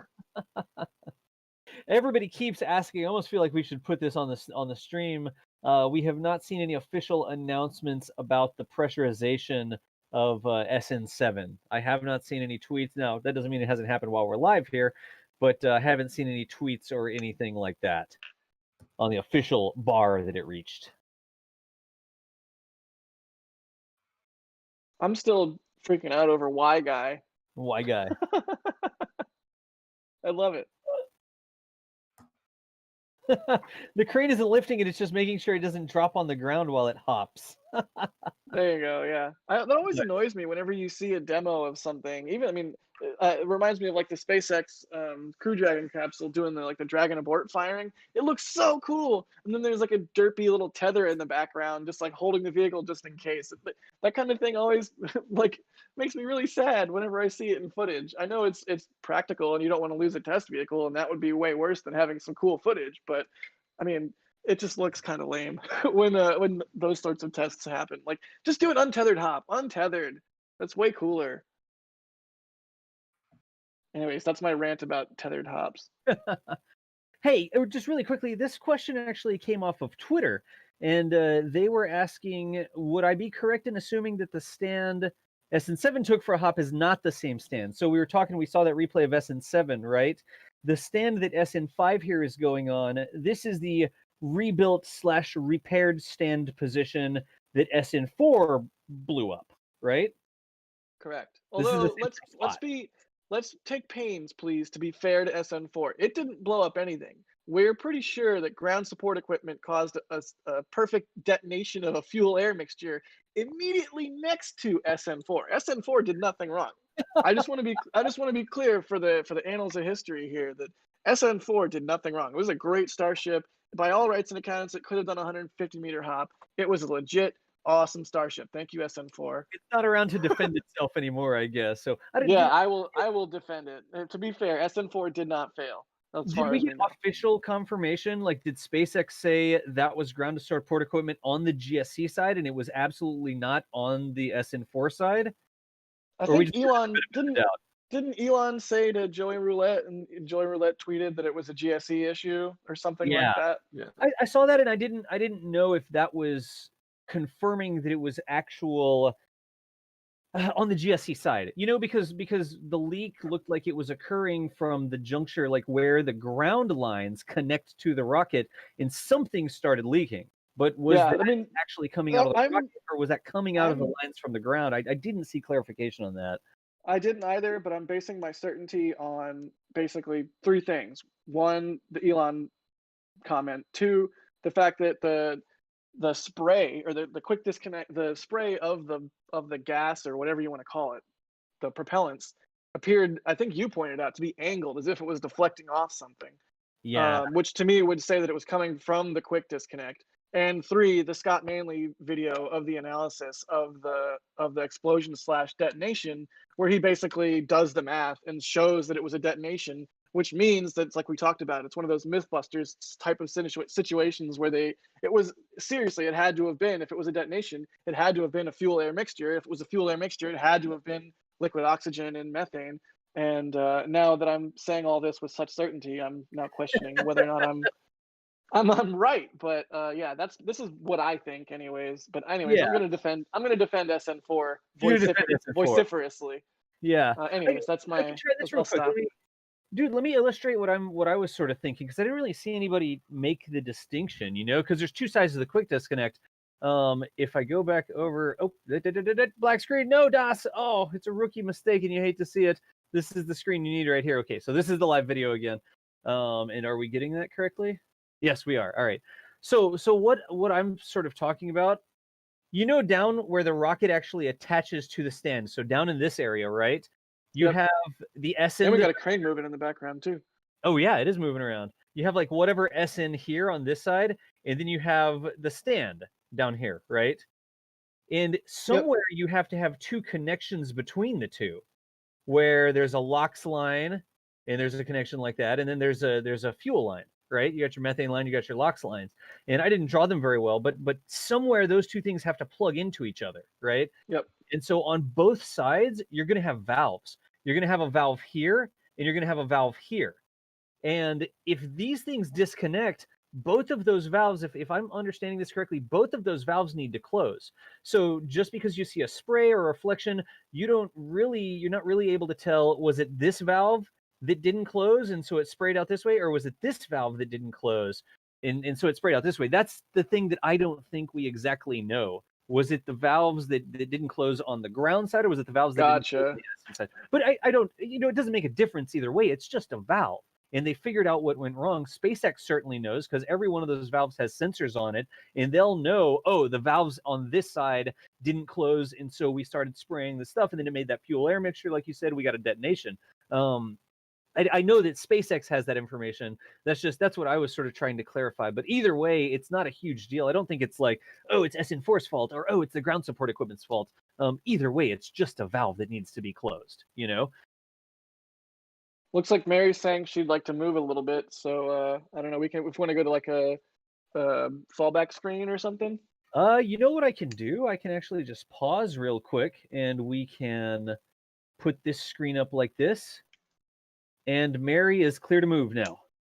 All right, I've let her know in chat that she's clear. Yeah, I literally she can't just hear us right now. this. Yeah. Let's do a test, Mary. I don't know if you're able to hear us. Actually, this is probably the worst possible time to do this. But if you can say, if you can say anything if you can hear us. If you're not too busy moving, say something. If you are too busy moving, you can at some point tell me I'm stupid for asking you to say something while we cleared you to move. But anyways. Chat is telling Mary she's clear to move as well. Oh, Airboros, chat's sweet. what's up, Airboros? Airboros brings up a good point as well. You'd think the GSC side would have been purged before the static fire or anything happened. So if so, the only source of fuel oxidizer that should have been in that position would have been from the vehicle. But what if they were trying to load more fuel or unload fuel? Because it was after a static fire, so maybe they were trying to unload fuel. Okay, so yeah, that would be coming from the vehicle. What if they were trying to load more fuel? There's my like maybe they wanted to do more testing after what if we put more fuel in after a static fire? They could have been loading, but we don't know that. I don't know. It could go either way. Again, y'all, we watch this stuff. We're roadside rocket scientists, right? We like to see what we see, and then we try to figure out, just based on common sense and a little bit of guessing and some rampant speculation, what is actually happening. So these aren't official announcements from SpaceX. We'll make it really clear if it's an official announcement that SpaceX did a press release or something superficial, right? But when we have discussions like this, we just want to make it really clear to everybody that we're sort of guessing. We're sort of guessing what may have happened. And like I said, Jack, I'll reiterate one more time. One way or the other, whether it was vehicle side or ground support side or whatever, it's still something that SpaceX has all sorts of data on. That's why they do these tests, and something they'll be able to resolve. I don't expect that we'll see that issue again, Yeah, kind of unfortunately, as spectacular as it was, but not really unfortunately, because it seemed like a genuine setback, and we never want anybody to get hurt, and we never want to see loss of hardware. So yeah, a couple people in chat asking why the image is frozen. Again, Mary, our camera operator, is currently moving to get us a slightly better view of the lift, so that is why the image is currently frozen. We're good. And Mary said we're good. Yep. Oh, they're not supposed to go. All right, are we good to switch back? Yep, we're good. All right. Aha! Look at that. Mary with the artistic framing of the shot here. So we got a little star hopper in there, as well. I like it. I like it. I love it. And the tank farm too. We got a little tank farm action as well. Yeah. Tank farm is actually venting a little bit there off the top. That's venting. Yep. That's a normal thing. Just so everybody knows, that is a normal thing when we see the tank farm venting. You'll drive by the tank farm on any given day. Oh, it's in the air. It's in the air. It's in the air. Oh yeah. Look at that. Oh yeah. Wait, is it? Did it move? Yep, it's totally in the air. 100%. I feel like it's moving, like it's waggling a little bit down there. Yep. Yeah, it does. The wind between the stand and the vehicle. Yeah. Yeah, the wind has no small effect on a vehicle that size. So this is where they may fly it just a little bit. They just fly it up a little bit and make sure everything's good, make sure everything's connected correctly before they try the big main move, right? Yeah, exactly. They'll make sure it's the weight that they were expecting, and that the crane is configured in the appropriate manner, that it can lift that amount of weight in the motion that they are planning to do. Checking all the T's, dotting all the I's, whatever the idiom is. They're doing all that stuff and making sure they're good to go before they head out to the big Super Bowl show. Oh my God, I'm not good at sports metaphors. I'm really watching it, and I'm trying to see if that tank does look like it's moving separately from the clamps, because there's a couple little standoffs down there. It's like each connection point has a standoff. So I see that. Thanks, truck. I see the gap, but I'm trying to see if it's still resting on like standoffs or something. I don't. Should we ask Mary to zoom in? I don't know. Like, could we? I don't know. I don't know if we wanted to. Yeah, I don't want to mess with it. Because I wonder how much we could zoom in on the little standoff right there at the place, the gap, and see if it's actually flying or not. I just think she has a wide angle lens on right now in order to get the lift. So she would probably have to change lenses. Although she might be shooting that right now with her other camera for the daily video. Yeah, gotcha. Yeah, Ron, I feel like I can see it swaying independent of the stand as well, but I don't know if that's a vagary of the encoding or what. I every time I like squint down at it, I feel like it is swaying a little bit independently of the stand. I mean, we see daylight between the stand and the vehicle. Yeah. It's definitely off the stand some. I like but this. Look, Mike A671 says it's a CATO. It's a cable assisted takeoff. There we go. That is so much better than anything else we thought of. Thank you, Mike. Thank you so much. That is amazing. I'm Cable gonna tweet assisted that as if I takeoff. came up with it. Like, Yeah, we're watching a Kato happen right now. just don't tell anybody. Wait, Oh, what? I'm gonna reply to your tweet and say, "You thief!" I'm gonna copyright strike it for Mike A671. Are our mics live right now? I'm kidding. I'm the person who has to click the button to turn the mics on and off, y'all. That's Yeah, you terrified me for a second. Like, oh god, what have I done? I'll stop. I'll stop. I wonder, do you think that the dents will pull out when they Yeah. actually get the full weight of the rest of the thing on there? I mean, well, when they Oh. put it on the roll lift, maybe they would have pulled out. I don't know. It's just something I thought about. Oh, like pull out when they lift it. Interesting. Yeah. I mean, you would have thought that would have happened when they put it on the roll lift in the first place, right? Well, the rollers just drive under it and they pick it up. They don't actually lift it with the crane, I think, onto the roll lift. But they have to lower it on the roll lift or something. Like, it has to have some sort of vertical movement in order to. I think the roll lift lift up is what happens. I'm not positive. Oh, interesting. This is the crane that used to lift it. Mary, do you know? I don't know if Mary can hear us. Mary would be the one that knows the answer to this. Yeah, whether the crane lifts it or whether the roll leaf like kneels underneath it and then raises it up. I think the crane lifts it and then the roll lift rolls away, but it probably can kneel also. And also somebody in chat is saying crane assisted takeoff. I don't know why we didn't think of that. Almost even better than cable assisted takeoff. Although I kind of like cable assisted takeoff more. Yeah, I do. I like cable assisted takeoff. Because the JATO, the jet assisted takeoff, uses rockets. And Yep. It's called jet assisted. So it's got to kind of be like a slightly weird name. So cable assisted takeoff I like even better. Yeah. I take you as the source on that, like, because I've heard RATO and JATO and people are like, oh, actually, it's not jets, it's rockets. And I'm like, but it's still the same principle. I don't. Is it like JATO just straight across the board even when it's rockets, Jack?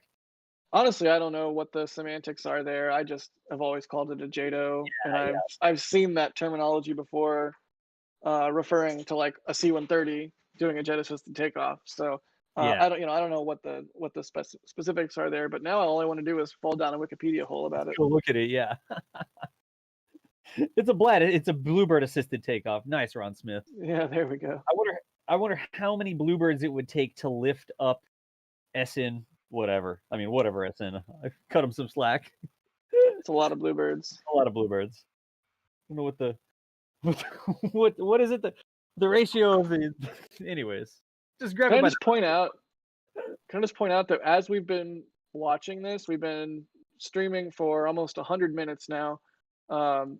We have seen so many dirt trucks and so many concrete trucks go by. Oh yeah. They are working not only furiously on the starships themselves, but on this site itself. They are seriously putting man-hour or human hours into getting that super heavy pad. I think that's what all this is getting put towards, that super heavy pad up and running. I mean, that is just concrete truck after concrete truck after concrete truck, and then a similar convoy of dirt trucks at the same time. So holy cow, they're doing a lot of construction down at the launch site, and I can't wait to see what that is going to result in. Yep. Bill and Chad Graham, is. thank you for the new membership. Sorry, Jack. Go ahead. No, you're good. Chad is saying it's always JATO. Chat, it says Because a rocket's a jet, yeah. Yeah, the jet material generates the thrust equal and opposite effect. Yep. Yeah, it's like Jet Propulsion Laboratory, you know. Yeah, that's a good point. Oh, and then Charles Fulmer says JATO is small jets, RATO is solid fuel rockets. See, maybe it's a liquid solid distinction. I don't know. Technically, all rockets are jets, but not all jets are rockets. Let's not do a square rectangle thing here. That's not.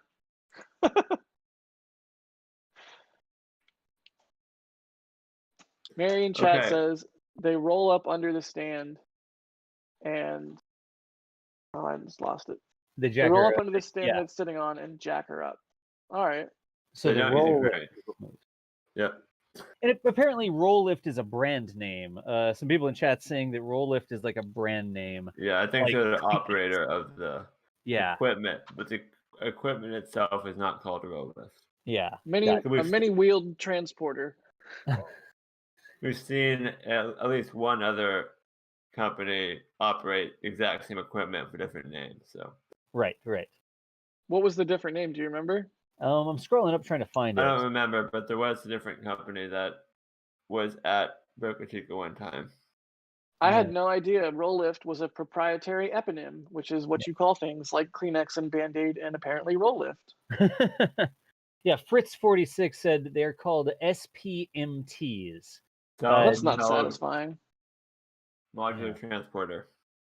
Self-propelled modular transporter. Okay. All right. That doesn't. I mean, Rollift sort of rolls off the tongue. It's right there, like on the tin. Yeah, now I just want to call it a Rollift because it's a way more satisfying name. But I don't want to call it that because I know that it's a brand name. Conflictions. Do we know if this one is a brand name, like an actual branded Rollift? It is. It's blue. That's their brand color. So not technically incorrect. Is it like Rollift made this specific one, and there's other companies that make other self-propelled SPMTs, modular transporters? Yes. So it is correct to call this one a Rollift because it's a Rollift self-propelled modular transporter. It's not it's not like I'm trying to think like Mitsubishi or something made a self-propelled modular transporter. Everybody buys that one, and a company called Rollift bought a lot and is known for using it. No, it's literally a piece of hardware made by a company called Rollift, I think. Yep. There's a lot many of crew down there around that, y'all. Look, there must be 20 people walking around now. They look like kids almost. They're having a meeting, it looks like, down by the base of the crane there. At least they did. It might be wrapping up now. But you can see they all kind of mosey over if you rewind, and then they all kind of hang out right there at the base of the crane for a while they're having a chat, probably discussing, going over with each other exactly what they're going to do, just so everybody's on the same page. Everybody knows what to expect and what their job is, and there's no confusion. It's very clear, and that's how you do these things safely. Yep. Yeah, according to the Rollout website, they're just an operator. They're just an operator. Gotcha. Oh, darn it. Everything I said, ignore. Make them? Yeah, Chad is also saying, Fritz46 is saying, Rollift is just the operating company. So I should just stop talking. I'm frequently wrong. No, it's fine. We learn through this stuff, right? Like, we're not trying to come on and be like, oh, we know everything. It bothers me when people do live streams and act like they know everything, because so many times people will say something that's not quite accurate. So I think it's perfectly fine for us to learn through some of this stuff, because then we all learn, Yeah, thanks so much, chat and everybody, and Fritz86 or Fritz46. Thank you guys. It's like a team effort here. We say something silly and you guys correct us, or I say something silly and you correct me, and then you guys ask questions that we actually know the answers to, and we give you answers. So thank you so much. It's just we're not we sort of hang out here, and there's so many people watching and so many members of the community who have so many different types of experiences, skill set, all that stuff, right? It's really cool that we can see something like this, and somebody will chime in about, oh, that's a Y guy. Fire truck. Oh, wait, there was a fire truck going by? Fire truck just went by. SpaceX fire truck, y'all. I love the fact that we can all sort of hang out. Yeah, Das asked something and then we look it up. It's great co-production. Exactly. Y'all are part of you're part of the stream here. You're part of the community that helps us learn about this stuff. Yeah, it's really nifty. It's like having a superpower almost. It's like, oh, just attach a couple thousand extra brains onto your brain and you can know stuff pretty much immediately. Or if you're wrong, you will know pretty much immediately. But yeah, that's part of the fun. Geezer. Look at that. All of a sudden, from out of the blue, Beamer Geezer tosses $50 into the super chat. Beamer Geezer. Thank you so much. You're crazy, but you are kind of crazy. We appreciate the support there. You're crazy, but I like you. But you're crazy. Seriously, thanks. That's huge. Thank you so much.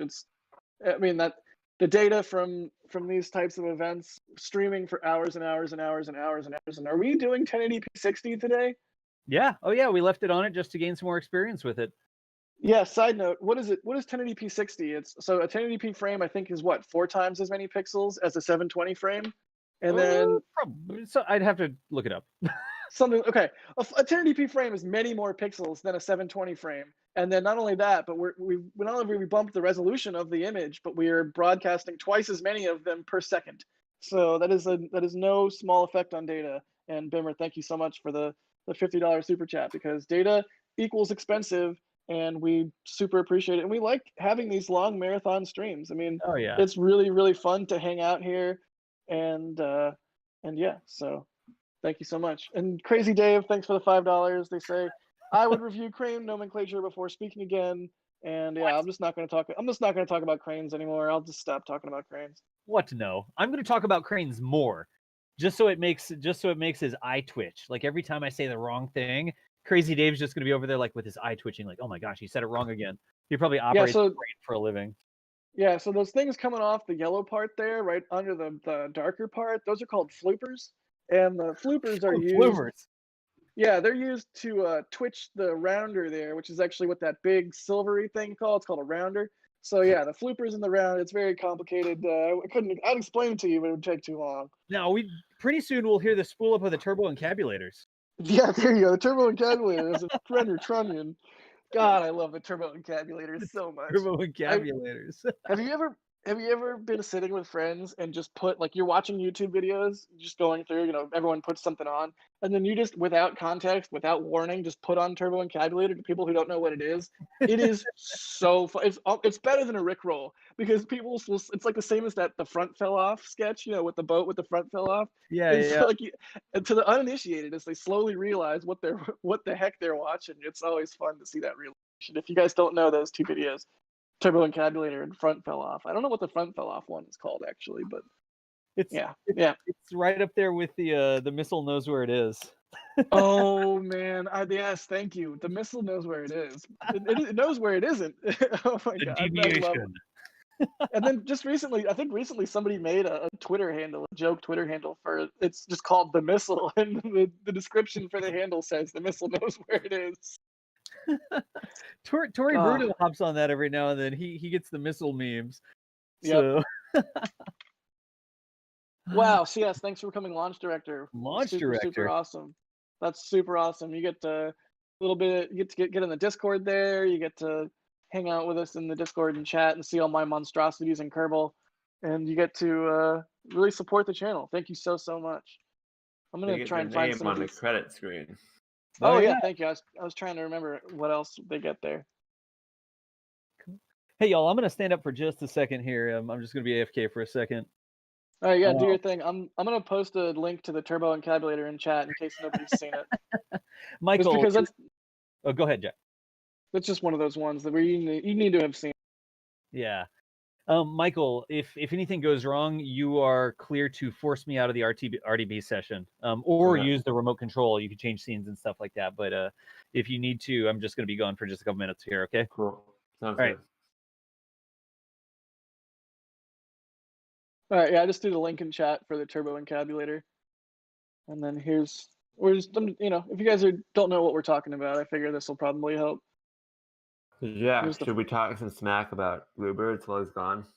Bluebirds are so stupid. I don't even like birds. They're not cute. They're not fun. They're not interesting. It's not fun or cute or interesting to watch them on webcams. Anyone that watches them on webcams, I don't know what they're thinking. It's not fun or cute or interesting at all, or a good test of hardware. Testing hardware is stupid.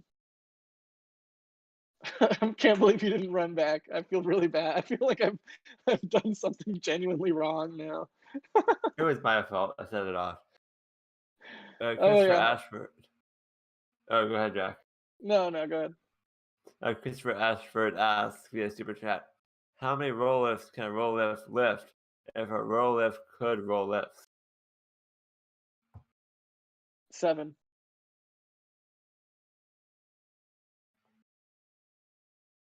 Just 7. I prefer to deadpan that one.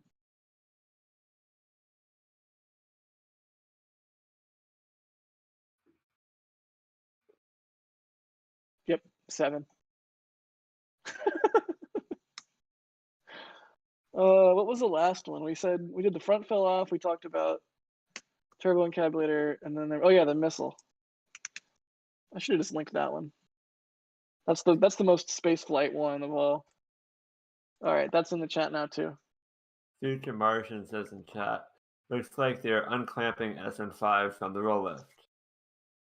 That's very well what could be happening, I think.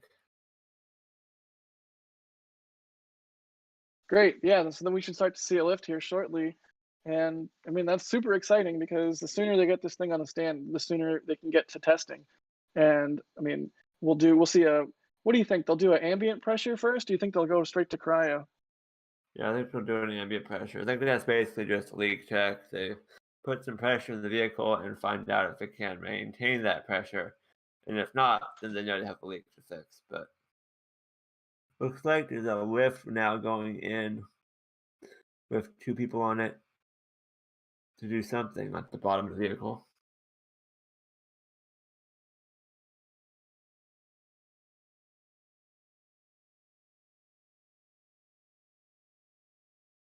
Hey, chat. I actually have a question. The other day, I labeled a telehandler as a forklift because I'm a big silly dum dum. And yeah, is it a telehandler if it's got a like basket for humans on the end of it, or is that then become like a boom lift or a cherry picker? Like, what makes a telehandler a telehandler? Is it just a fork on the end of a vehicle with a boom? I guess I could just Google this. I should have just Googled it. I'm gonna Google it now. Telehandler. Why Google Telescopic it handler. when you can have 3,600 people Google it for you? Yeah, fair point. Telescopic handler, also called a telehandler, reach forklift, is a machine widely used in agriculture and industry. Is somewhat like a forklift, but has a boom, making it more like a crane. Increased versatility of a single telescopic that can extend forwards and upwards. Yeah, okay, so it's just a forklift with a boom. The end. Cool. Answer my own question. Let's see, do we have any cool questions in chat? Chat, if you guys have any questions about what's going on, what we're looking at, what to expect coming up, throw a question right there in chat with @NASASpaceflight. Helps us look at it. We'll throw it in the queue. We'll throw it up on screen. We'll answer it. And yeah, thanks for watching. The chat knows where it is. The chat knows where it isn't. Chat knows where to type because it knows where not to type. Yeah, I ran out of steam there. Let's see. George Orwell asks, "That's a starship?" Yes, it is a starship. Also, a lot slightly of people disconcerting in chat name. are still wondering about that if it's disappeared. I'm not sure if it disappeared or if it's just a different camera angle having some slightly different lighting, but it looks like it might have. I honestly think it's lighting and camera angle, but yeah, who knows if they're starting to lift it and pull it out, that could be possible. But honestly, I'm not too worried about that dent. It's not aesthetically pleasing, but it doesn't seem like it's anything that would preclude them from doing a 150-meter hop or anything like that. Fuba44 asks, did they paint some tanks black in the tank farm? I'm guessing is what they're asking, which, yeah, I really thought that was perplexing that they did that. I wasn't like, you would think painting a tank black is just going to cause it to absorb more heat energy from the sun and, boil off more of the cryogenic gas. So I was really perplexed that they painted mostly all their tanks. I don't think there's one white one in the frame right now, but seemingly when you look at the tank farm now, they're pretty much all black. So I was curious why they did that. I wonder if it's just an aesthetic thing, or or if it will make as much of a difference as I think in my head it will. Oh geez, we got a dirt truck in our way here. Oh gosh, it'll move. Don't worry. Just give it a few minutes. They have to show up, and then the security guard will come out and talk to the driver and be like, "What are you doing? What are you doing here?" And the truck driver will be like, "What? I got some dirt for you." And the security guard will be like, "Get out of here. We don't want your dirt." And then the truck driver will be like, No, you really have to take this dirt." And then the security guard will be like, "All right, fine." And then so the truck will move. So don't worry about it. It will definitely, it'll definitely move. Just give it a minute. I mean, these are trucks making deliveries, so don't worry. Basically, it'll move. No sweat. And Jack, just make sure you're reading our chat. Something important is in the chat for you. I saw it. Cool.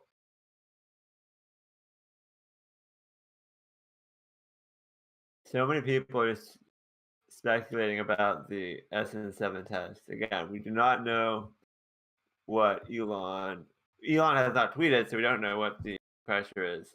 If you see somebody in chat telling you it was one thing, they most likely are just making stuff up and trying to troll you, so don't believe anything until Elon tweets out a number, because I don't think anybody in chat knows unless they have sources, but even then they shouldn't be telling you. So don't listen to them.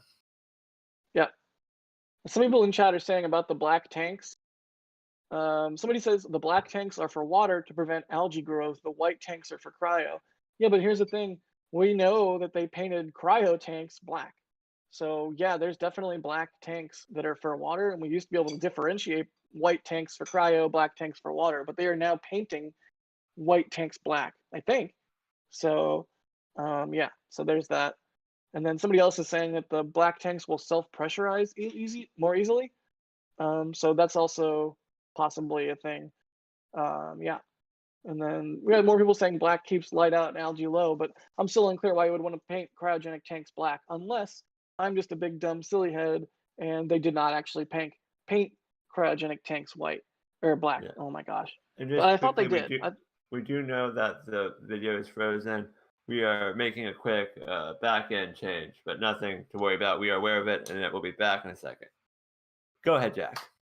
Yeah, nominal loss of signal standby. We'll have it back here momentarily. We are aware. Thank you, chat. So yeah, I'm pretty like I'm 99% sure that we've seen either liquid oxygen or liquid methane or liquid nitrogen tanks in the tank farm painted black, which is perplexing to me. Not water tanks. I understand why you would want water tanks to be black. I don't know why you would want cryogenic tanks to be black. And then Matt B. Oh, thanks. One of our members, Matt B, says, thanks. The dark tanks are a special coating that enables the tank to throw off heat at night. The net loss at night is greater than the gain during the day. Interesting. Black radiates heat better than white. Interesting. Hey, it looks like That's my video that's a back. really great answer, and I really appreciate that. Thank you guys. And video's back. Thanks for your patience, everybody. Rob Proctor asks, let's see if I can grab this one and throw it in the overlay. Why are some tanks horizontal and some tanks vertical? I don't know, but maybe somebody in chat will answer now that I've said it out loud. Oh yeah, and if, I see somebody asking, what's cryo? Cryo means cryogenic, which just means very, very cold. These nitrogen, methane, oxygen, normally you think of these as elemental gases. To get them to be a liquid, they have to be very cold. So they're extremely cold, like negative hundreds of degrees cold. So they're cryogenic liquid is what we refer to them.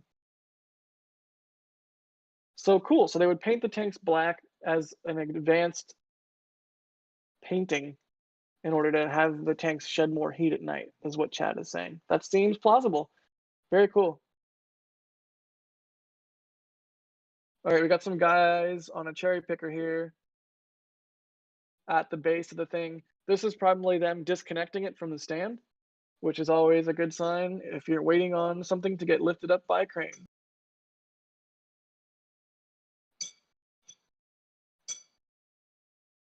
Brandon G asks, can you ask Mary if she can smell methane during the test? Curious. Well, I don't think you mean this test, since there's no really methane fueling or anything going on. But yeah, I mean, I'll ask her. Having been there for like Starhopper, I don't remember smelling anything, so I don't think so. But yeah, I'll ask her in chat here. And Adam M in chat says methane doesn't have a smell. I think they add a smell to methane, like a rotten egg smell, to make sure you can smell it if it's leaking. But I think probably naturally it doesn't have a smell. Although I don't know, because methane is farts, right? So maybe it does have a smell. I feel like chat's maybe trolling me now. And let me ask Mary if she's ever able to smell anything.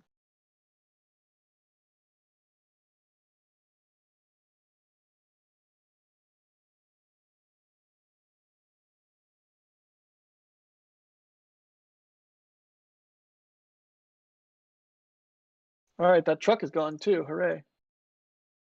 Oh, look at that. What is that? What is that? What was that 1973? Yellow 1973 placard, I think is what that was. We can find out what was on that truck. Flammable gas. I don't know if it was 1973 because it's a red placard here. What is it?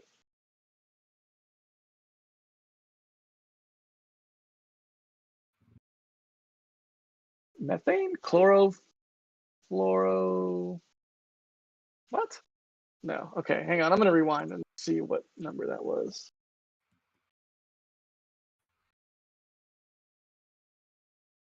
$10.73 was the yellow one. It was 1073? Yeah. Thank you. And Chad is going ham about Oxygen. methane. It's oxygen. Oh, cool. Oxygen delivery. Neat. I don't know that I've seen an oxygen delivery yet. I've definitely seen methane and I've definitely seen nitrogen.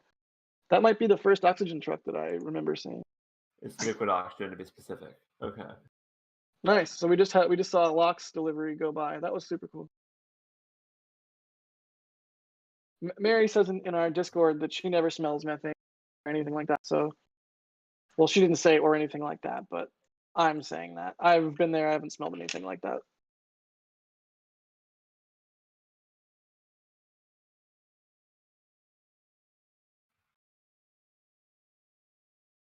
Yeah, it was the white truck that went by, the tank truck, it was 1073, and it was liquid oxygen. Thanks, chat. LOX truck. Yeah, and Zeke, one of our members. Thanks, first off, Zeke, for being a member, and two, cool way to spell Zeke as a name. They're saying this is a very busy test site, and I really can't agree more. This is an extremely, extremely busy site. As they are getting ready to lift SN5, they are bringing in loads and loads and loads of dirt and loads of concrete. So, and now we just saw that LOX delivery. So clearly they are firing on all cylinders down in Boca Chica.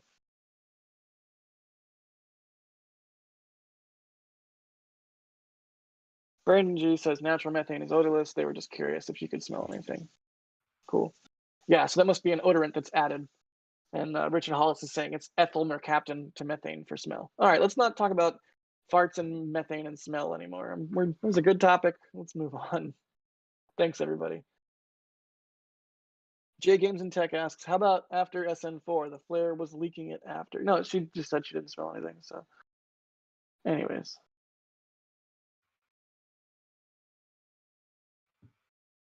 What else we got?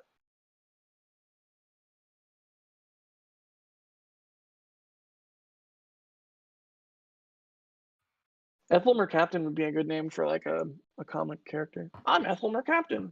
Don't smell me. Yeah.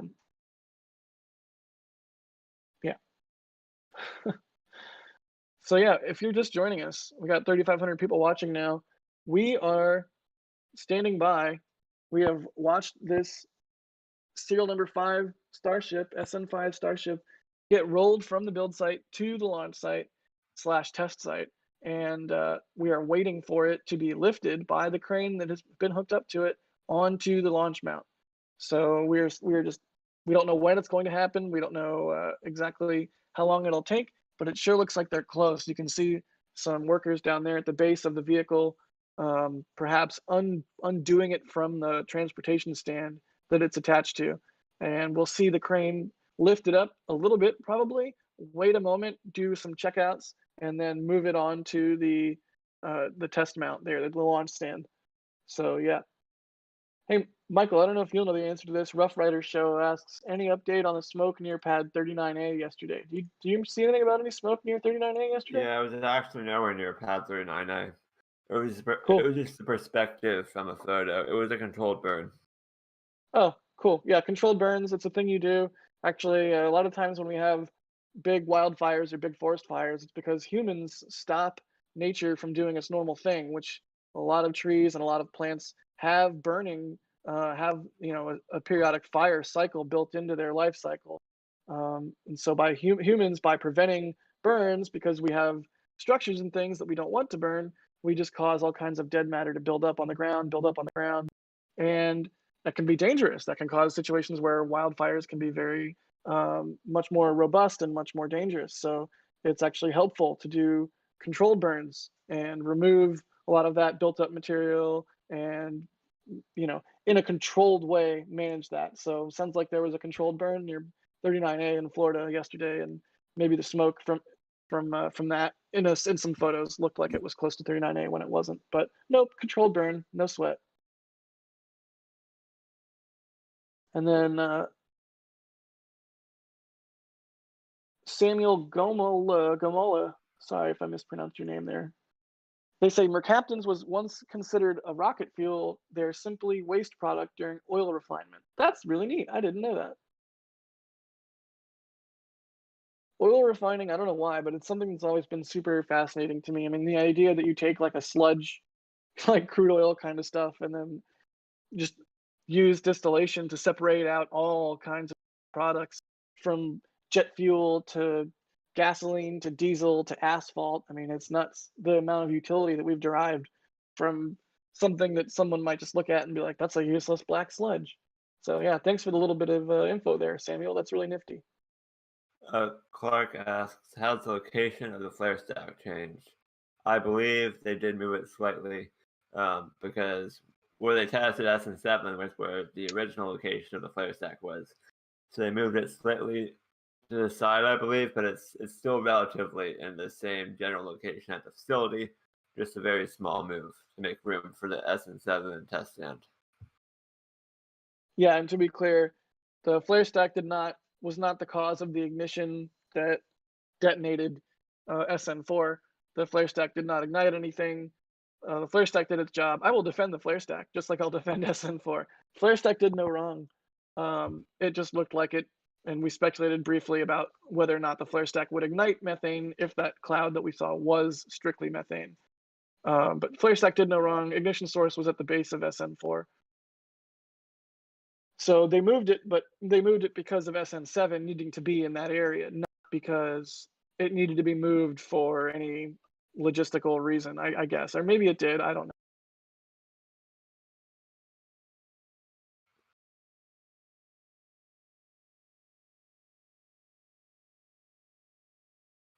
How many Raptor engines will the full-scale model have?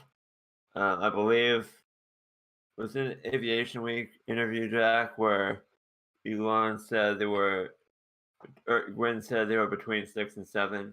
The current official design that they've published on the website has 6 engines, but I believe they are still finalizing whether it's going to be 6 or 7 based on latest comments. Yeah, that's correct. And just to underscore that AV Week, those 2 AV Week podcast episodes, the one where Irene interviewed Gwen, and the one where Irene interviewed Elon, it's like 2 relatively short, like 20 or 30-minute interviews each. But wow, is there a lot in those 2 podcast episodes. I mean, there's just so much information jam-packed in there. I mean, about the movie mission, about when they're going to do private crewed missions, about Dragon and Falcon reuse, about Starship. I mean, it's about Gwen's thoughts on Starship and her expectations for flying crew on Starship. That really great episodes. So yeah, I think they're not quite clear. I think it's one of those things where it's changing frequently as they refine their design and get more data from these tests that they're doing right now, whether or not it'll have 6 or 7 engines. A question about how many more launches are needed until you have coverage. Well, it depends where you live in the world. If you live in northern parts of Canada or in Canada, you should have coverage within the next, or you should theoretically be able to have coverage within another launch or 2 if you were to have a user terminal. But if you live near the equator, they still need quite a bit more launches because the satellites spread out more as they head over the equator. So it depends where you live on Earth, but they are quickly expanding their coverage area with each additional launch.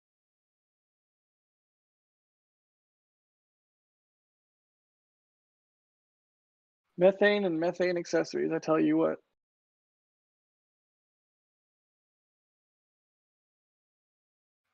And chat keeps pointing out all that some of the lists are staying in the background are actually the crew's working to disassemble SN7.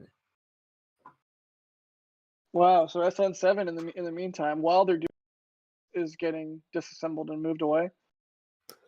I think that's correct. Super SN7 neat. is directly behind SN5 right now. If you look kind of closely, you can sort of see some of SN7's body lying on the ground behind it. But So do you think we'll see it roll by? Like it'll come out from behind the lift as they take it away? Mary says they're going to just scrap it and put it into a bunch of dumpsters. Oh, cool. All right, then. Well, maybe we'll see that as they move some dumpsters around or what have you. And Robert Hobson, thanks so much for the $10 super chat. Robert asks, with all the cement trucks, is there a cement factory in Boca Chica? I don't think there is a cement factory in Boca Chica, but yeah, I think there's just essentially a long line of cement trucks moving from wherever this factory is, maybe Brownville, maybe South Padre, just constantly doing the rounds back and forth like a big relay.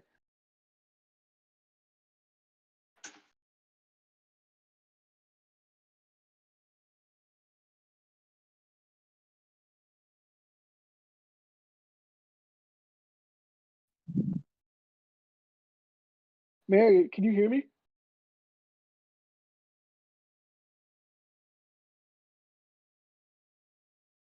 I thought I heard wind noise. Yeah, I can hear you. Hey, look at that. You're coming through crystal clear. Good.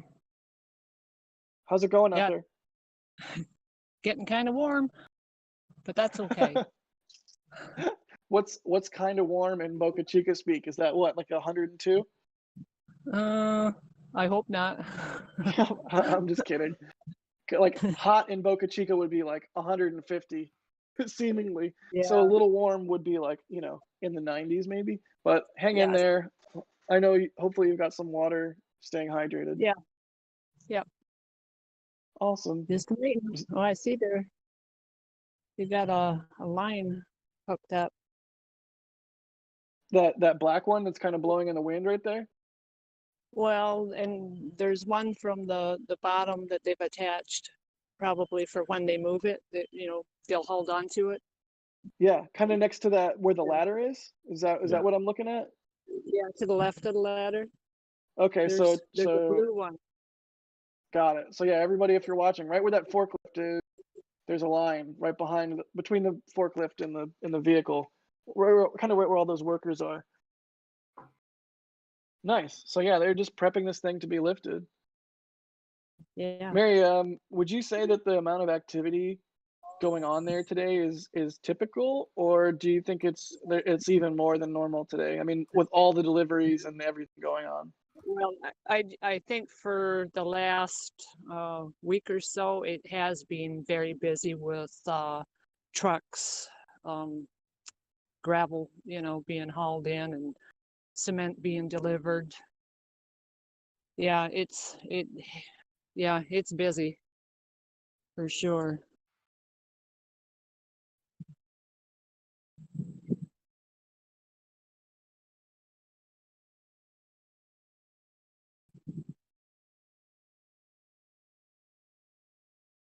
Yeah, I mean it's really.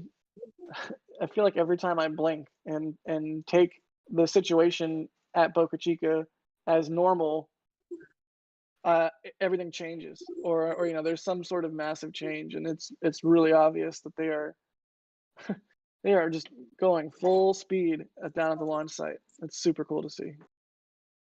Right. Well, I wonder if we're getting close. Yeah, hopefully. Maybe I can't tell. Maybe some people are walking away now.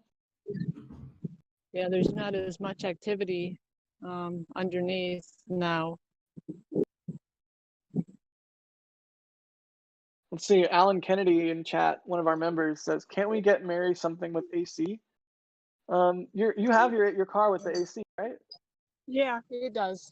You just can't sit running it all the time, though. Yeah, fair point. Yeah. That's sweet of you, though. Thank you, Alan, for caring. That's just kind of the name of the game, and part of the reason we're so thankful for what you do, Mary, is we know it's no small feat, especially in Boca Chica in the summer. I mean, it is not kidding out there. It's basically equatorial, or at least it feels like it. Let's see. I'm looking through chat, seeing if I can find something cool. I think they're getting close by the looks of it. Excellent. That's always good to hear.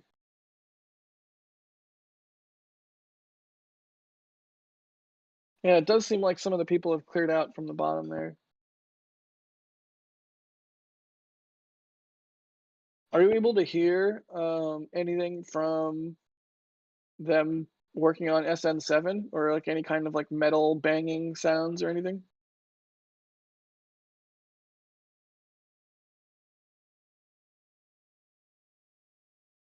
Oh, we might have dropped. No worries. It's always nice when we get clean audio from Mary because we've been having a tough time with it here and there. And whenever we get clean audio with her, it's nice to have a little bit of a chat because you can't always in the middle of testing or when she's shooting or just when the signal gets spotty. Sometimes she's able to hear us clear. Sometimes we'll come through as robots to her and vice versa. So we're working on it though. We have a new piece of hardware thanks to everybody's support here. We have a new piece of hardware en route right now. I believe it's supposed to arrive Thursday or Friday, and that is just dedicated for Mary's voice. And we will be able to have a more solid connection with her and speak with her more consistently. Anybody needs some water? I just had some water to buy. So yeah.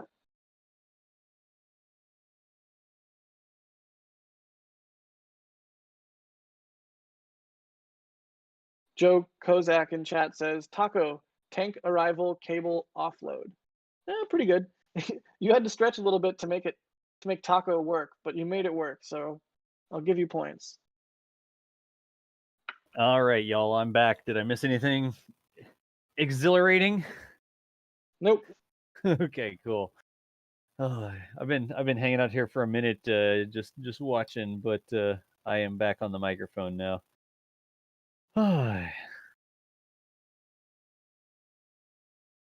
So proceed. I was just saying hi.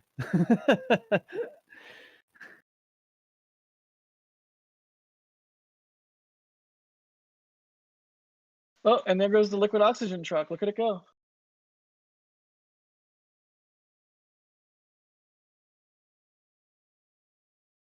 It's just amazing how much stuff is moving back and forth. I mean, yeah, I mean, I've said it a couple times already, and I really can't underscore it enough. The amount of material moving around, the amount of activity at the site is really stunning. Yeah. We have a lot of people out there. If you look above those containers, kind of in the bottom left of the screen, you can see a huge herd of heads. A herd of heads. Nice. A head herd. A head herd.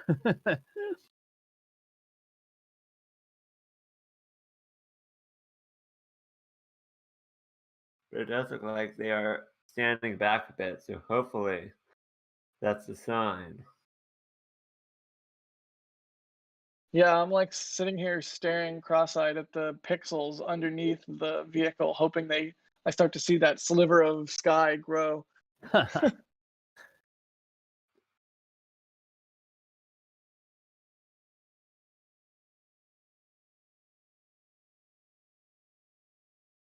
Let's see right here. Down in here. Does everybody see the people standing around? All the little dots down there are people's heads, seemingly looking up at SN. What are we on? SN5 there is what it is.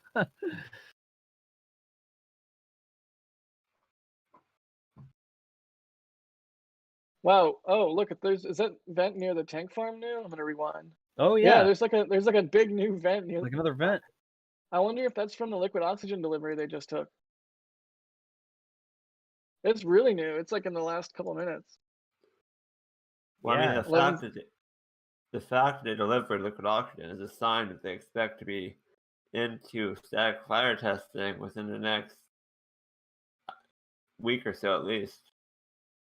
Mary's saying in our chat, liquid nitrogen delivery. Maybe another truck is about to roll up.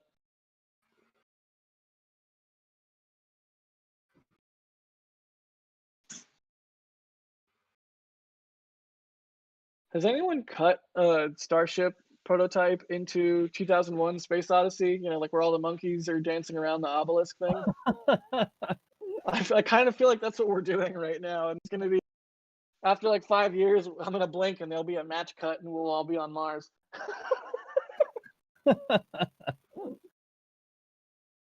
Bird.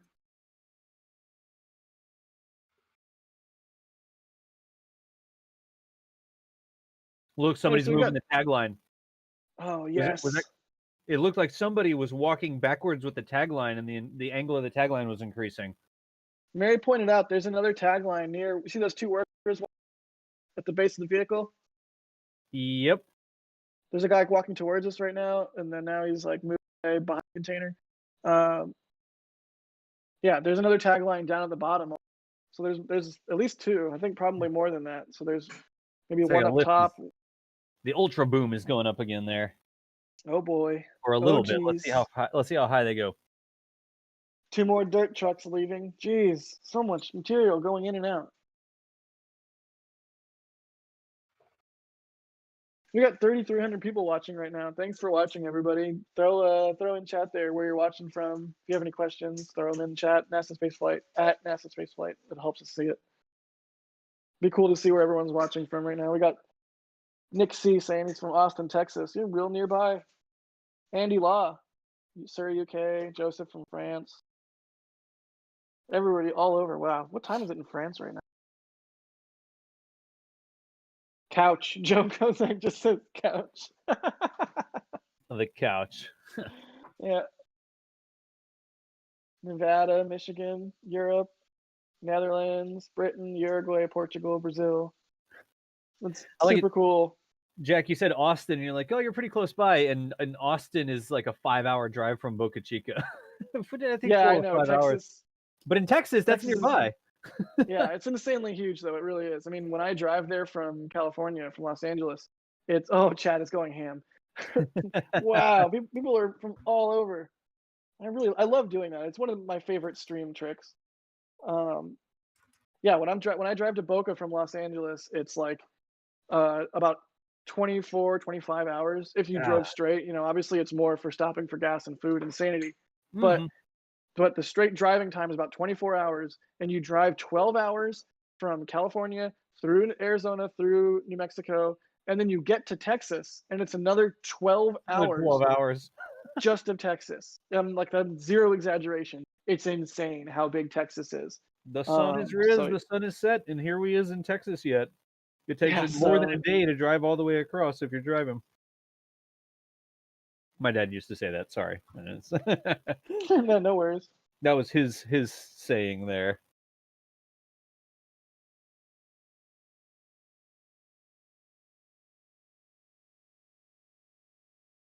I'm watching to see what they did on that, or what they're doing on that boom there. Want them to check something, or I don't know what they're doing. They are moving the good point. tagline though. Yeah. Oh, it's up! It's up! It's definitely up. Yeah. Look at it turning. Yep. Look at that. Wow. Just like that. Well, there you go. And if you're wondering about the dent, it was clearly just the lighting that changed because the dent is now visible again. Yeah. But I think that boom is just spotting or something. Yeah. Kato, we have Kato. Kato in progress. Cable assisted takeoff.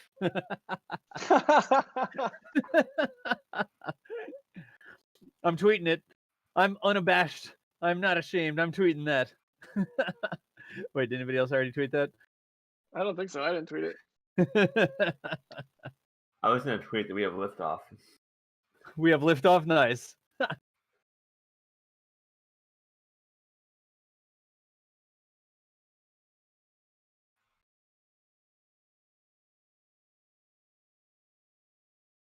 So that's a Starship in the air. It's not hopping, but it's still a Starship in the air. And they're going to put it on the test stand and start testing, which is awesome because as quickly as they recovered from the SN4 detonation, or the detonation proximate to SN4, they as quick as that was, it sure felt like forever. So it's really nice that we're gonna get this thing on the stand. We're gonna get back to testing. We've even seen a liquid oxygen on site today. So do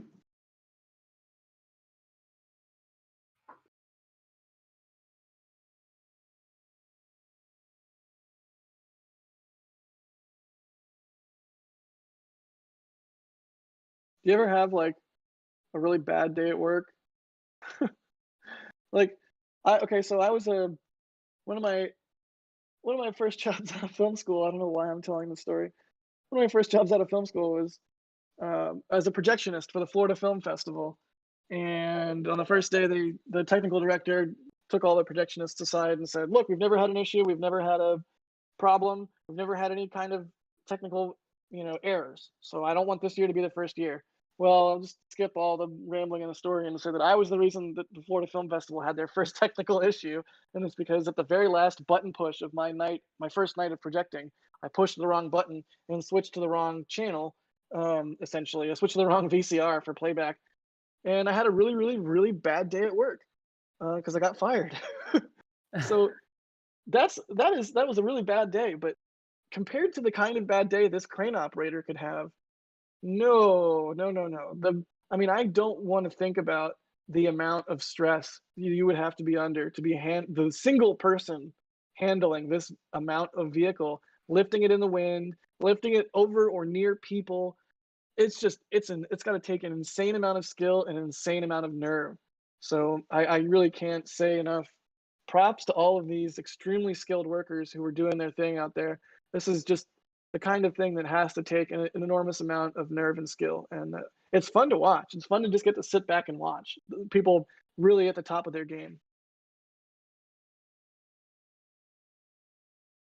Are those landing legs under there, you think, that we're seeing? Yeah. Oh, I Or see like them. Yeah. or like the stubs that eyes, they would Jack. connect to? Yeah, it definitely looks like they've already installed landing legs in there. Mm-hmm. And R. Jason Sullivan says, "Is it just me, or are they moving fast from rollout to lift?" I would agree. I would say, yeah. I mean, even just the roll seemed extremely fast. Yeah. Cool. Look at that thing just kind of rotating slowly there. There's so many lines going down from it. You'll see that? Yep. Like 1, 2, 3, 4. I count 4 or 5 lines. Yeah, I mean, you don't want this thing to get out of control. You want every single movement to be precise and calculated and, well thought out. So it makes sense that they would want to have multiple control points on it like that.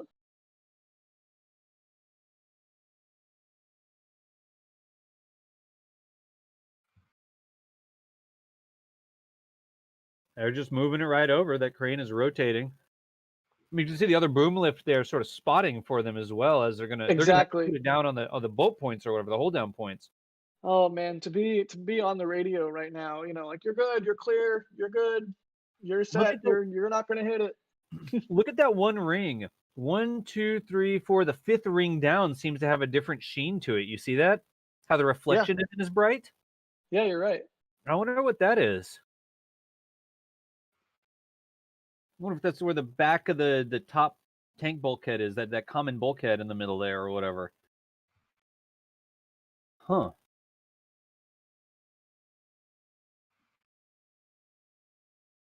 They're teaching SN5 how to fly. It's like training wheels. It's like training wheels. Someone responded to your tweet and said thrust to weight ratio of 1. 1.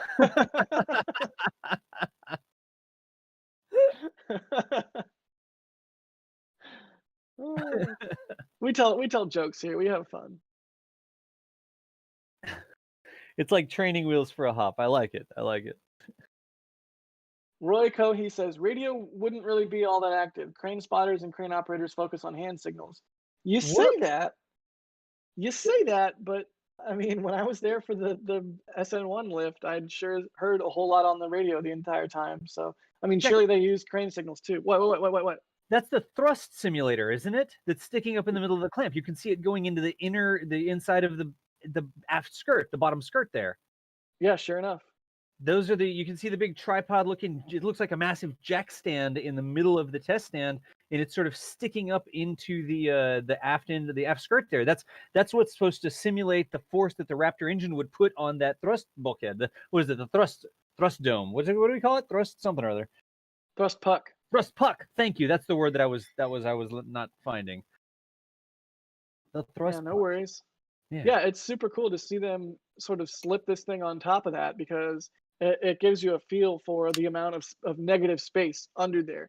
I mean, it's very easy in your head to conceptualize this thing as one massive solid cylinder of tanks, but that lower section is, like we've talked about, it's sort of like an upside down cup. You know what I mean? There's a void in there that would be filled with a lot of Raptor engines at some point. But right now it's just nothing, and they're going to put this over the thrust simulator, which emulates the pressure and forces those Raptors would apply in flight. And they can do that and use that to test the weld strength, and everything is as it should be before they throw an expensive and fancy Raptor on there and start doing burns.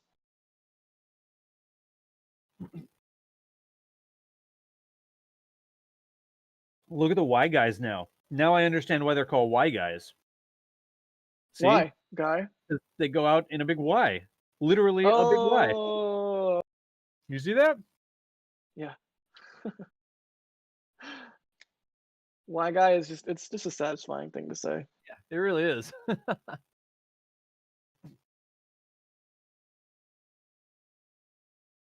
R. Jason Sullivan is asking how they become a member. There should be a button somewhere in YouTube, right? Or is there a link we can give them? It says join next, like below the like button, kind of. There's a join button. If you cannot see it, it might be because the membership program is not available in your country. Oh, yeah, it's only Yes, available in certain countries. But I will post a link in chat too, just in case.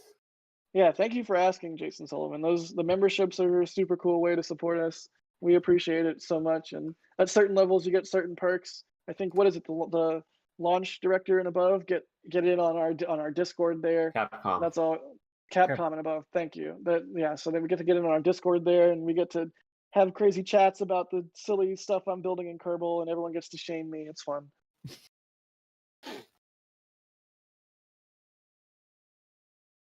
I think I posted a photo of an aircraft carrier plane that could carry 10 aircraft or spacecraft, and the first comment was just no. So It's like some Ace Combat nonsense, man.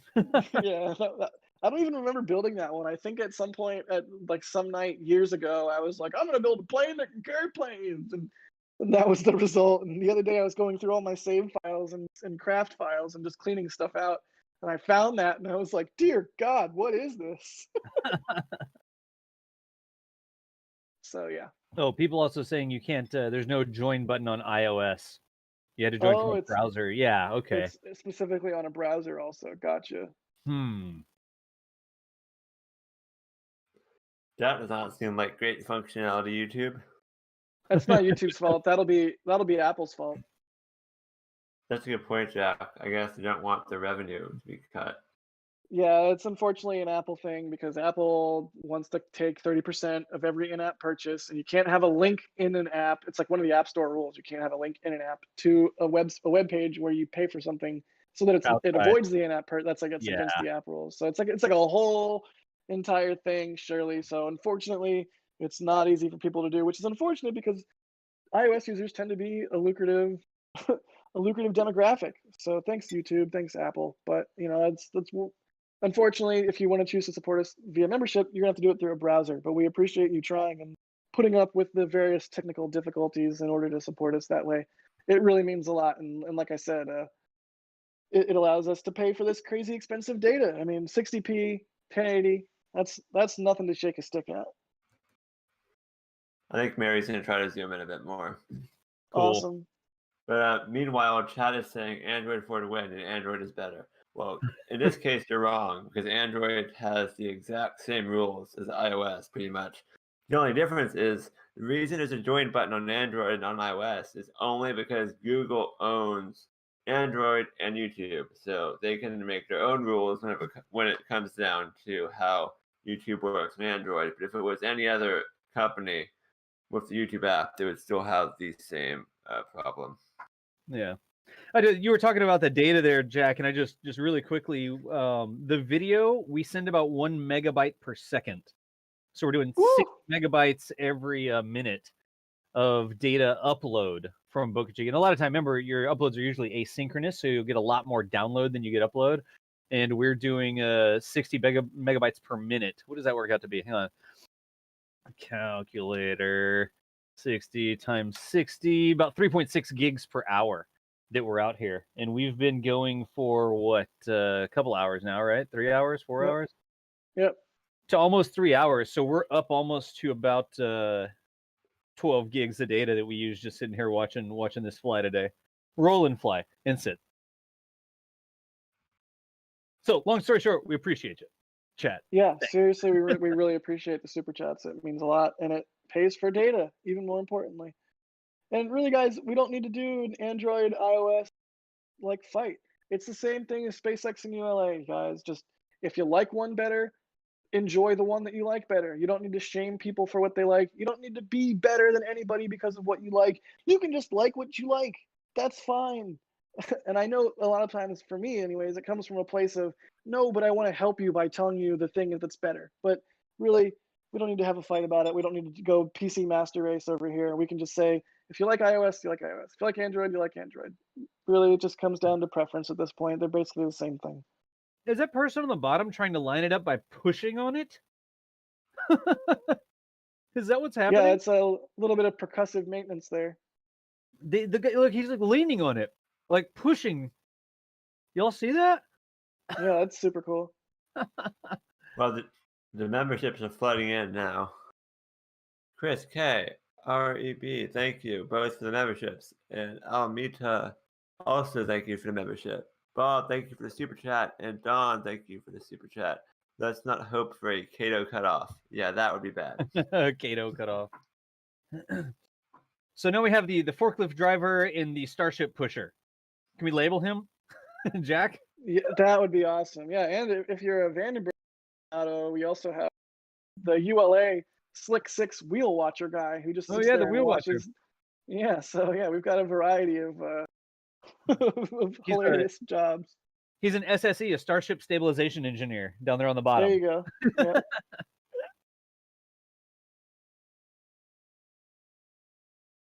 Again, I know there's a ton of people just sort of hanging out here with us. We are watching SpaceX. Earlier today, they rolled, this is SN5, from their production area to their test area. They roll it up the road, and we saw that happen, courtesy of Mary's live feed. And then we saw them, right now, we're seeing them use this big yellow crane on the right-hand side there, pick up SN5 and take it from the roll lift or the transporter that it rolled in on up to the test stand, which it's sitting on now. So this is what we're doing here, standing by. Of course, we're able to do this because Mary, Boca Chica gal, is out there running the cameras. I hope it's cool. I hope there's some breeze. I'm going to see some birds going by and stuff, but I don't know if we're quite into the hot part of the day, but we're going to be approaching the hot part of the day pretty quickly here, I think.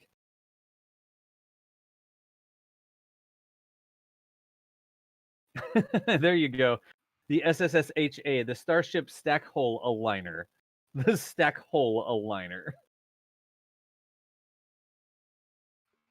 There's some serious dents around the hatch on the bottom tank as well. That's sort of facing us now. I think it was just lighting earlier that made it look better. Yeah. Huh. Yeah, the dents will come out. Dents will come right out whenever it's pressurized, right?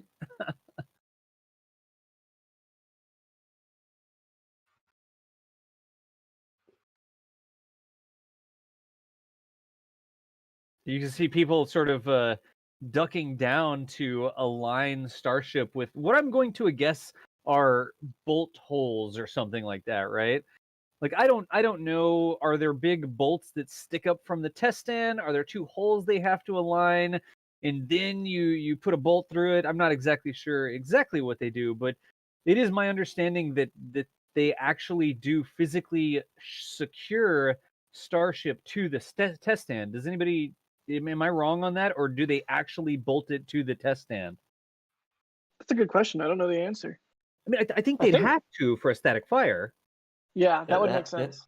They have like the 6 things they mount it to, but I don't know if they're bolts or what, because they have to be able to release them, and SpaceX is typically not a fan of explosive bolts. So I don't know exactly how the system works for the hops where they need Yeah. to let the vehicle go, but there is some mechanism to hold them down. Are they like hydraulic clamps that unclamp or something? Or, that actually makes more sense than a bolt, especially once this thing gets into hopping, because you're not going to like, okay, somebody go unbolt it. Okay, now let it hop. You need something that you can release remotely, right? And like you said, explosive bolts aren't necessarily reusable, and Elon is a big fan of his reusable components, so that makes perfect sense. Sorry, I'm just over here chatting up about Apple stuff in chat. I'm watching the Bluebirds, so we're even. Ruben and Bob, thank you both for the memberships.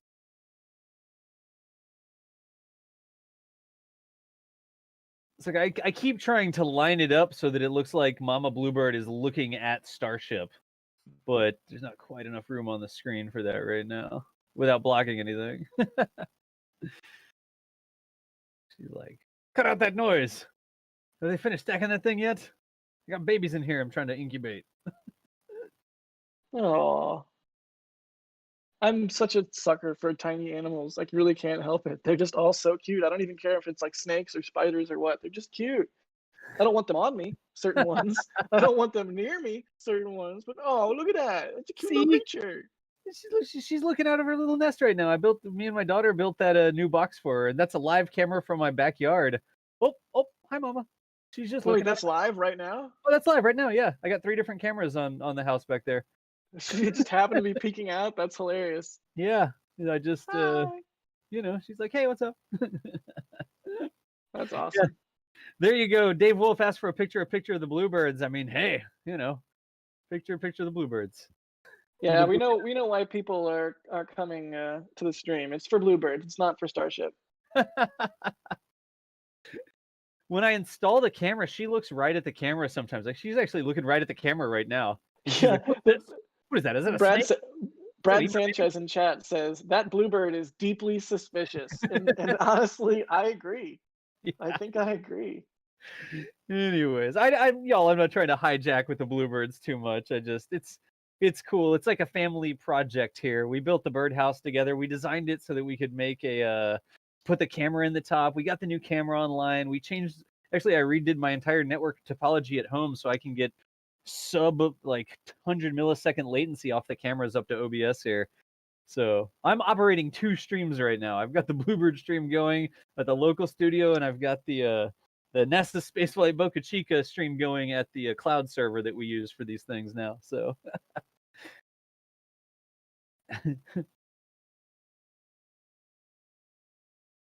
the nickname for SN7 is Bluebird. Nice. I'm not downloading Big Sur, but once they release like iOS Bluebird, maybe then I'll Okay. All right. Right now there are 0 Raptors in SN5, right? There are no correct. Raptors there. Yeah. Oh, look at that. We got somebody on a scissor lift down there getting up under the vehicle. Yeah. Never cryo test a Bluebird. Yeah. Yeah, don't birdhouse? ambient pressure test a Bluebird either. Ambient pressure. Well, they do pretty good at ambient pressure. I mean, actually, they exist at ambient pressure on a Yeah, very regular fair. basis. Haha. Fair. I like it. Starship Bluebird. Do y'all think that they'll eventually start to name the starships? Like once they're operational, is Elon going to come up with names? I mean, there'd be a lot of names, but there are a lot of ships that have names too, like ocean-going vessels.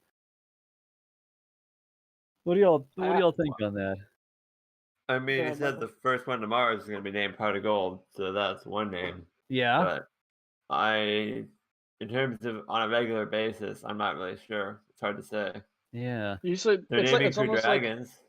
They are naming Crew Yeah. Dragons, aren't they? Yeah. He Maybe named the that's the drone sign. ships as well. It's also okay. So it's like a bell curve in my head. Think about it. When you're building not that many at all, it's kind of doesn't make sense to name them. When you're building a decent number but not too many, it makes sense to name them, like for Crew Dragon. But when you're building a lot, like the number of airliners or like the number of Ford cars that roll off the assembly line, you don't name each one of those. So there's a certain number of production units that make sense to give them actual names. I think they definitely should have. Oh, more bluebirds. I think they definitely should have names. But if they get to a point where they're really making them as like like airliners, they don't name all the airliners unless I guess you're Virgin. Unless you're Virgin, at which Yeah, I point guess you're right. you Yeah. name airliners. Yeah. I mean, Frontier has those the tail art, right? The different wildlife animals tail art or whatever too. Yeah, But yeah, good point.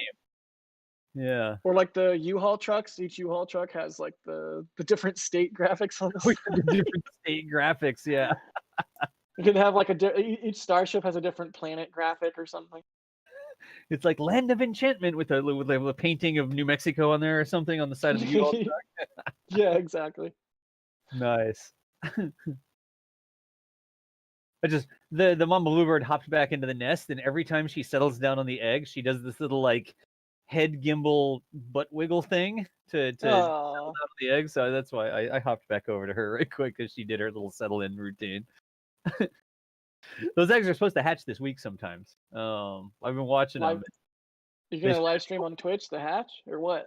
Yeah, absolutely. I'll keep my eyes open. I definitely want to watch that. I'm that much of a dork. I'm gonna be pinging people in Discord. When I start to see a little beak come out of that egg, you'll know. Oh my gosh, yes, please. We just had a little bit of a video hiccup there, but it looks like it's fine. It was one of the modems hiccuping, but we're still fine right now. Marcus Nightingale, very good chat. They say they have a set of similar hold down clamps as used on Falcon 9, different design but same concept, seeing as the rocket will be lifting off. So hold down clamps. Hold down clamps. Yeah. Makes sense. That makes sense.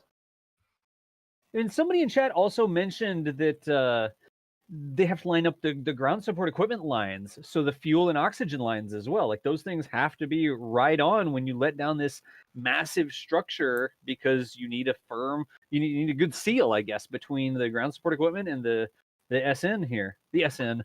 I almost said rocket, but it didn't really feel right to say rocket. I don't know. Wait, what was the question? The prototype. Yeah, Yeah, I I was think talking about the ground support equipment being lined up. Water tower. Yeah, we could just say water tower. lined up? I'm so lost. I'm sorry. So when they put SN5 down onto the test stand, the fuel and oxidizer lines have to be aligned so that you get a seal. Okay, got it. Yeah, so a lot of this is it has to be like the hold downs have to be aligned, but the seals have to be made between the ground support equipment and the prototype. Let's say prototype. How's that sound? Yeah, no, that makes sense. So it has to be in the exact right orientation. Yeah, that's where I was going with all that. Sorry, I'm a little bit dense. No, it's all good. We are not expecting a static fire or anything else today. This is just they moved the SN5 here from the production facility, so the high bay where they weld it together, they actually make it, and they rolled it down the road, and they're putting it on the test stand here. You need to get a little bit of clearance from your production area to your test stand, so that if something goes wrong, like SN4 or whatever, gets a little bit of a, I don't know, air fuel detonation, you don't want that to be right next to your VAB where you built the thing. So the test site is a safe distance away, over 1.5 miles. I think it's probably about 2 miles away from where they actually do the welding together. Yeah, I think it's about what it is. When I did the Google like map measurement the other day, it was like 2.2, something like that. Yeah. Yeah, there are no Raptor. I'm just doing some live fire questions here. There are no Raptor engines installed on this. This does not have any engines on it. It does have it's sort of a force simulator, right? It's like a Raptor stand-in that creates force on the bottom of the prototype where Raptor would be pushing it if Raptor was the only thing holding it up. right? Yep, So exactly. yeah. But this does not have any engines installed on it. Yeah, that thrust simulator is a cool piece of hardware. I mean, it's like 3 hydraulic rams and a cap that interfaces with the dome, and yeah, it's pretty nifty. I like seeing all the weird special built hardware that they've built. I mean, I would love to see what that knuckle seamer thing or whatever looks like, or some of the stuff they surely have in the tents, like jigs for the domes and things like that. And they've probably got some really odd and cool looking hardware that we just haven't seen yet.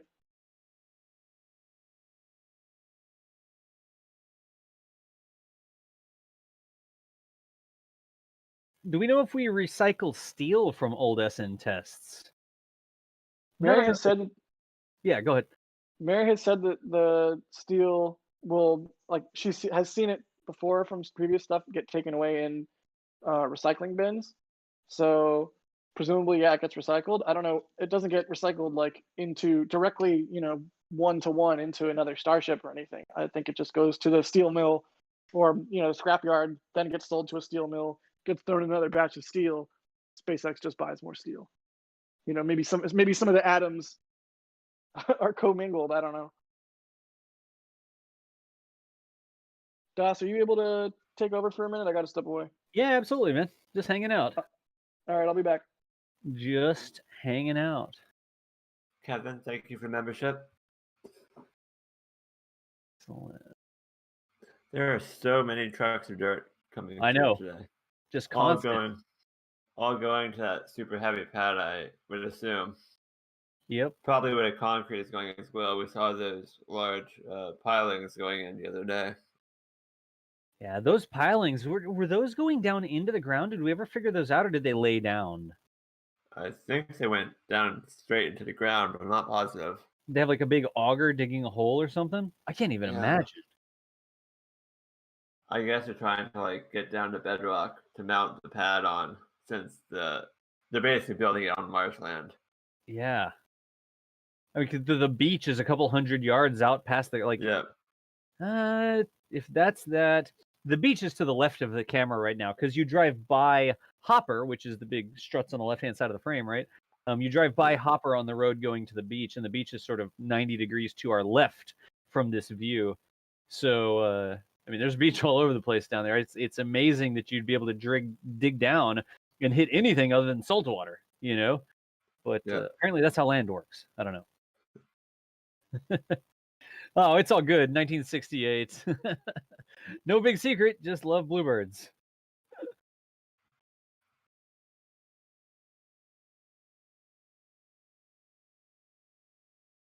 It went all the way into the ground. Rick, it did go all the way down to the ground. They auger drills tall and another wide holes. Yeah. Ah. I don't know out in this area of Texas. I don't know how deep it is down to bedrock or whatever, but it's literally beaches. I've seen when I was a kid, I lived in South Texas. I lived at Corpus Christi, just up the coast a little ways from this. But I've personally seen hurricanes completely erase parts of the islands out there. So we have South Padre Island is a barrier island that's just off the coast. And we have a hurricane that'll come through, and the storm surge and then the outflow from that will literally cut an island in half in places. So there are big changes that occur whenever weather comes through. I mean, weather, especially big storms that have storm surge like those hurricanes that come through. That is, I think that's got to be one of the big risks that SpaceX had to look at as they were building all this, like the VAB and everything like that. Their assembly buildings. This is an area where over the course of me growing up, I lived down there for 18 years, and we had hurricanes sort of hitting the coast of Texas on a regular basis. And they'd come in down near Matamoros, they'd come in up to Houston, they'd come in, I never heard Boca Chica back then, but they'd come right barreling down in Corpus Christi. But that is definitely something they have to think of when they're building all this infrastructure for this stuff. Storm surge doesn't play around. Dougal, the only way I can support y'all are through super chats. You'd like more options. Have you seen the store that we released? We have some store things real quick. Does that, well, What was that? What was the command? Was it shop, Michael? Let me see. Yeah. Stop. Let me see if the bot will respond to me. Come on. Exclamation point shop. I asked you, Nightbot. Also, I'm a mod. Is it just like super delayed? Yeah, I don't know. Huh. Well, I'll get it another way. I'll just get it via the NASA spaceflight website. All right. I haven't seen the bot post in it did post a bit back, but Yeah, here we go. I'll just put it in there. It's nasaspaceflight.com/shop is what it is. nasaspaceflight.com/shop. But we've got all sorts of where's the roadside rocket science shirt? I really like the roadside rocket science design. there it is. I Let's put see it if on I- screen. I Oh, got you it. did. You got it. Thanks. Yeah. Excellent. So I had that's that. another. Go ahead. I had that queued up for NSF Live. Yeah. Yeah, thanks. That's another way you can support and you get cool apparel or whatever. We did not launch it publicly for everybody until we had international shipping. So there is international shipping, but there is delays right now because of COVID and shipping and stuff like that. You got to be patient after you order it. It may be a couple weeks before you get it, but anyways, that's another way to support. There's L2 as well. If you want to become an L2 member of NASA Spaceflight, you can't do the stuff on YouTube, super chats, or memberships or whatever. L2 is another way to support. But honestly, just showing up and hanging out with us, clicking like on tweets and showing up and chatting and asking good questions. There's all sorts of different ways that you can make it so we can keep this stuff coming on here. So in any event, we appreciate you. Just thank you so much for hanging out.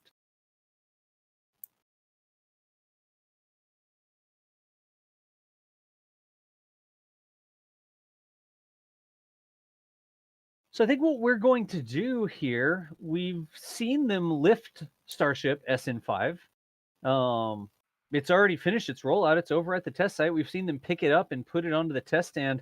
The only other thing visually that I would expect us to see after they've confirmed that it's all in line, et cetera, is to make sure, we're just going to see the top come off, right? So that load spreader up at the top, they'll send the boom lifts up there. Somebody will disconnect it, and then the crane will swing away from it. But I think what we're probably going to do here is make sure that Mary's okay. Let's see. We know it's going to start getting hot out there. It's now. I'm talking to noon. Mary right now. Yeah. I'm sort of telegraphing that. Yeah. Well, I'll tell the chat. The one problem that's happening is we're seeing all these lines of trucks coming in with dirt for the super heavy pad, and it sounds like there's a line building up. So eventually they're going to start blocking our view. Yeah. So we're gonna talk with Mary here and just see what the expectation is. It may very well be that the top doesn't get disconnected for hours. It may stay there for hours and hours. So it may very well be that between the trucks blocking our view, like this one you see right now, and the fact that they've done the entire raise, it had that cable-assisted takeoff. Now it just looks like, oh, you can't do it. It's not even destroyed yet. Don't put it in the dumpster yet. The truck looks like it's, anyways. We may have seen everything that we're going to see today. We don't expect any other testing to happen here today. We just wanted to see the rollout, and we wanted to see them use that big crane to pick this thing up, put it over there. Michael, do we have any information on road closures or anything like that? Like, what's the current status of when they may start to pressure test, ambient test, whatever they need to do with this thing? Monday, June 29th is the date currently for the cryogenic proof test based on the road closures. So that's the next time we would expect to be live for a Starship test. So subscribe to the channel and turn on notifications if you haven't already, and you'll get a notification the next time we go live for Starship testing. And we will hopefully be bringing the entire SN5 test campaign to you live on the YouTube channel. Yep. All righty. And then, of course, every day we get those videos that come into the YouTube channel here. Mary is always out there recording what's going on and uploading those Jack with the really cool edits with those labels that appear on the screen to let you know what all the different stuff is. etc., etc. So you're not going to be hurting for content. Well, we also have a Starlink launch that's supposed to be happening on Thursday. We currently do not know if we will have live coverage of that ourselves. We're sort of standing by, seeing if we can get a camera out to that. We may not have Chris G available. We are not sure. But that Starlink launch is supposed to go on Thursday. We just don't know if we're going to do live coverage of it. We tend to like to do live coverage when we've got video, like when NASA Spaceflight has a camera there, not just sort of regurgitating NASA video or whatever. We use the NASA video sometimes, but we really do our own streams when we have our own video out there. So we're going to have to determine whether or not we will do a live stream for that launch. So what else is going on? Well, I mean, I'm busy tomorrow. Over on my Twitch channel, I'll link that up in chat. I'm going to be doing a virtual astronomy stream with an engineer from the James Webb Space Telescope and a person from Origami USA. And we're doing a STEM educational outreach thing over on Twitch where we talk about how spacecraft engineers can use principles of origami to fold up things like solar panels and heat shields and all those sorts of things so that they fit in fairings. So that's happening over on my Twitch channel tomorrow. My Twitch channel is actually twitch.tv/DasValdez. But that's going to happen tomorrow afternoon, talking about origami and art and how that affects spaceflight engineering right there. But beyond that, I mean, there's a lot of stuff going on in there, Michael. Yeah, not a dull day in SpaceX news. Yeah. So Watch, let's go. we'll blink our eyes and there'll be a road closure and cryo test before we even know it. Yeah. So let's roll through real quick. Let's one more say bye for everybody that was helping us out with the broadcast today. Jack, you were there. So Jack, thank you so much for hanging out with us today. Say bye so everybody recognizes your voice. Sure enough. Goodbye, everybody. Have a great day. Be excellent to each other. Yep. And there's Jack's Instagram and Twitter handles there. Jack Byer on Twitter. Neon Heat. Whoa, Neon. I gotta hover over that to see the rest of it. What's the rest of it, Jack? It's Neon Heat Disease on Instagram. That's like, it's kind of my photography portfolio, but I made the Instagram handle a long time ago and never changed it. So Neon Heat Disease on Instagram. Gotcha. Then we also have here running a bunch of our graphics and stuff like that, Michael Baylor. Fun fact, also Michael Baylor's birthday, next spaceflight on Twitter. Somebody say happy birthday to Michael Baylor in chat for me real quick. Michael, thank you for everything you do. Say hi so people know your voice. Thank you everyone for tuning in today. Excellent. As always, we have Mary out there. Boca Chica gal, we've been having some audio issues today. I don't know if Mary, can you try to talk real quick? Did we get audio from you? Yeah, I can hear you. Okay. All right. So Mary, as always, thank you so much for being out there. We want you to get out of there before that South Texas sun gets too high in the sky and starts to cook everybody. So Yeah, I appreciate that. yeah, thank you so much for being out there from super early in the morning, missing your coffee, missing your breakfast. It's lunchtime now. I know. I'll make up for it. All right. Well, you get over back to some air conditioning, get you some lunch, and take a rest over there. But as always, thank you so much for going out there, braving the elements, and bringing us all this awesome video coverage from Boca Chica. I say we appreciate you. That's not even enough to cover it, but you know the drill. We appreciate you. Yeah, you're all welcome. All righty. Earlier today we also had NASA Spaceflight Actual, Chris Bergen. Did he? Oh no, he didn't actually ever dial in, did he? Or did he? No. Did? No, he didn't. That was yesterday. There's so many tests going on, I can't even remember. Chris Bergen, thank you for starting NASA Spaceflight. We appreciate you. Just in general. Yes. Just in general, we just appreciate you across the board. And then I'm John Galloway. If you watch my Twitch stream over there, you may know me as Das. I hate the name Das Valdez, but you sign up for an account you're never going to use. I'll just make up a name real quick, and then you get stuck with it for 5 years. Yeah, so, I'm Neon Heat Disease on Instagram. I feel your pain. I know, right? Anyways, that's my Twitch over there, and then on Twitter, I'm actually K-Space Academy, twitter.com/K-Space Academy, like that. But that is going to end our live Boca Chica coverage today with NASA Spaceflight. Once again, we appreciate everybody hanging out. We appreciate you keeping up, and hope you enjoy the coverage wherever you are in the world. For now, later, nerds, we're going to sign off, and we will see y'all next time. Oh, yeah, the Bluebird stream. I'm going to link up the Bluebird stream, too. All right, somebody cut that guy's microphone.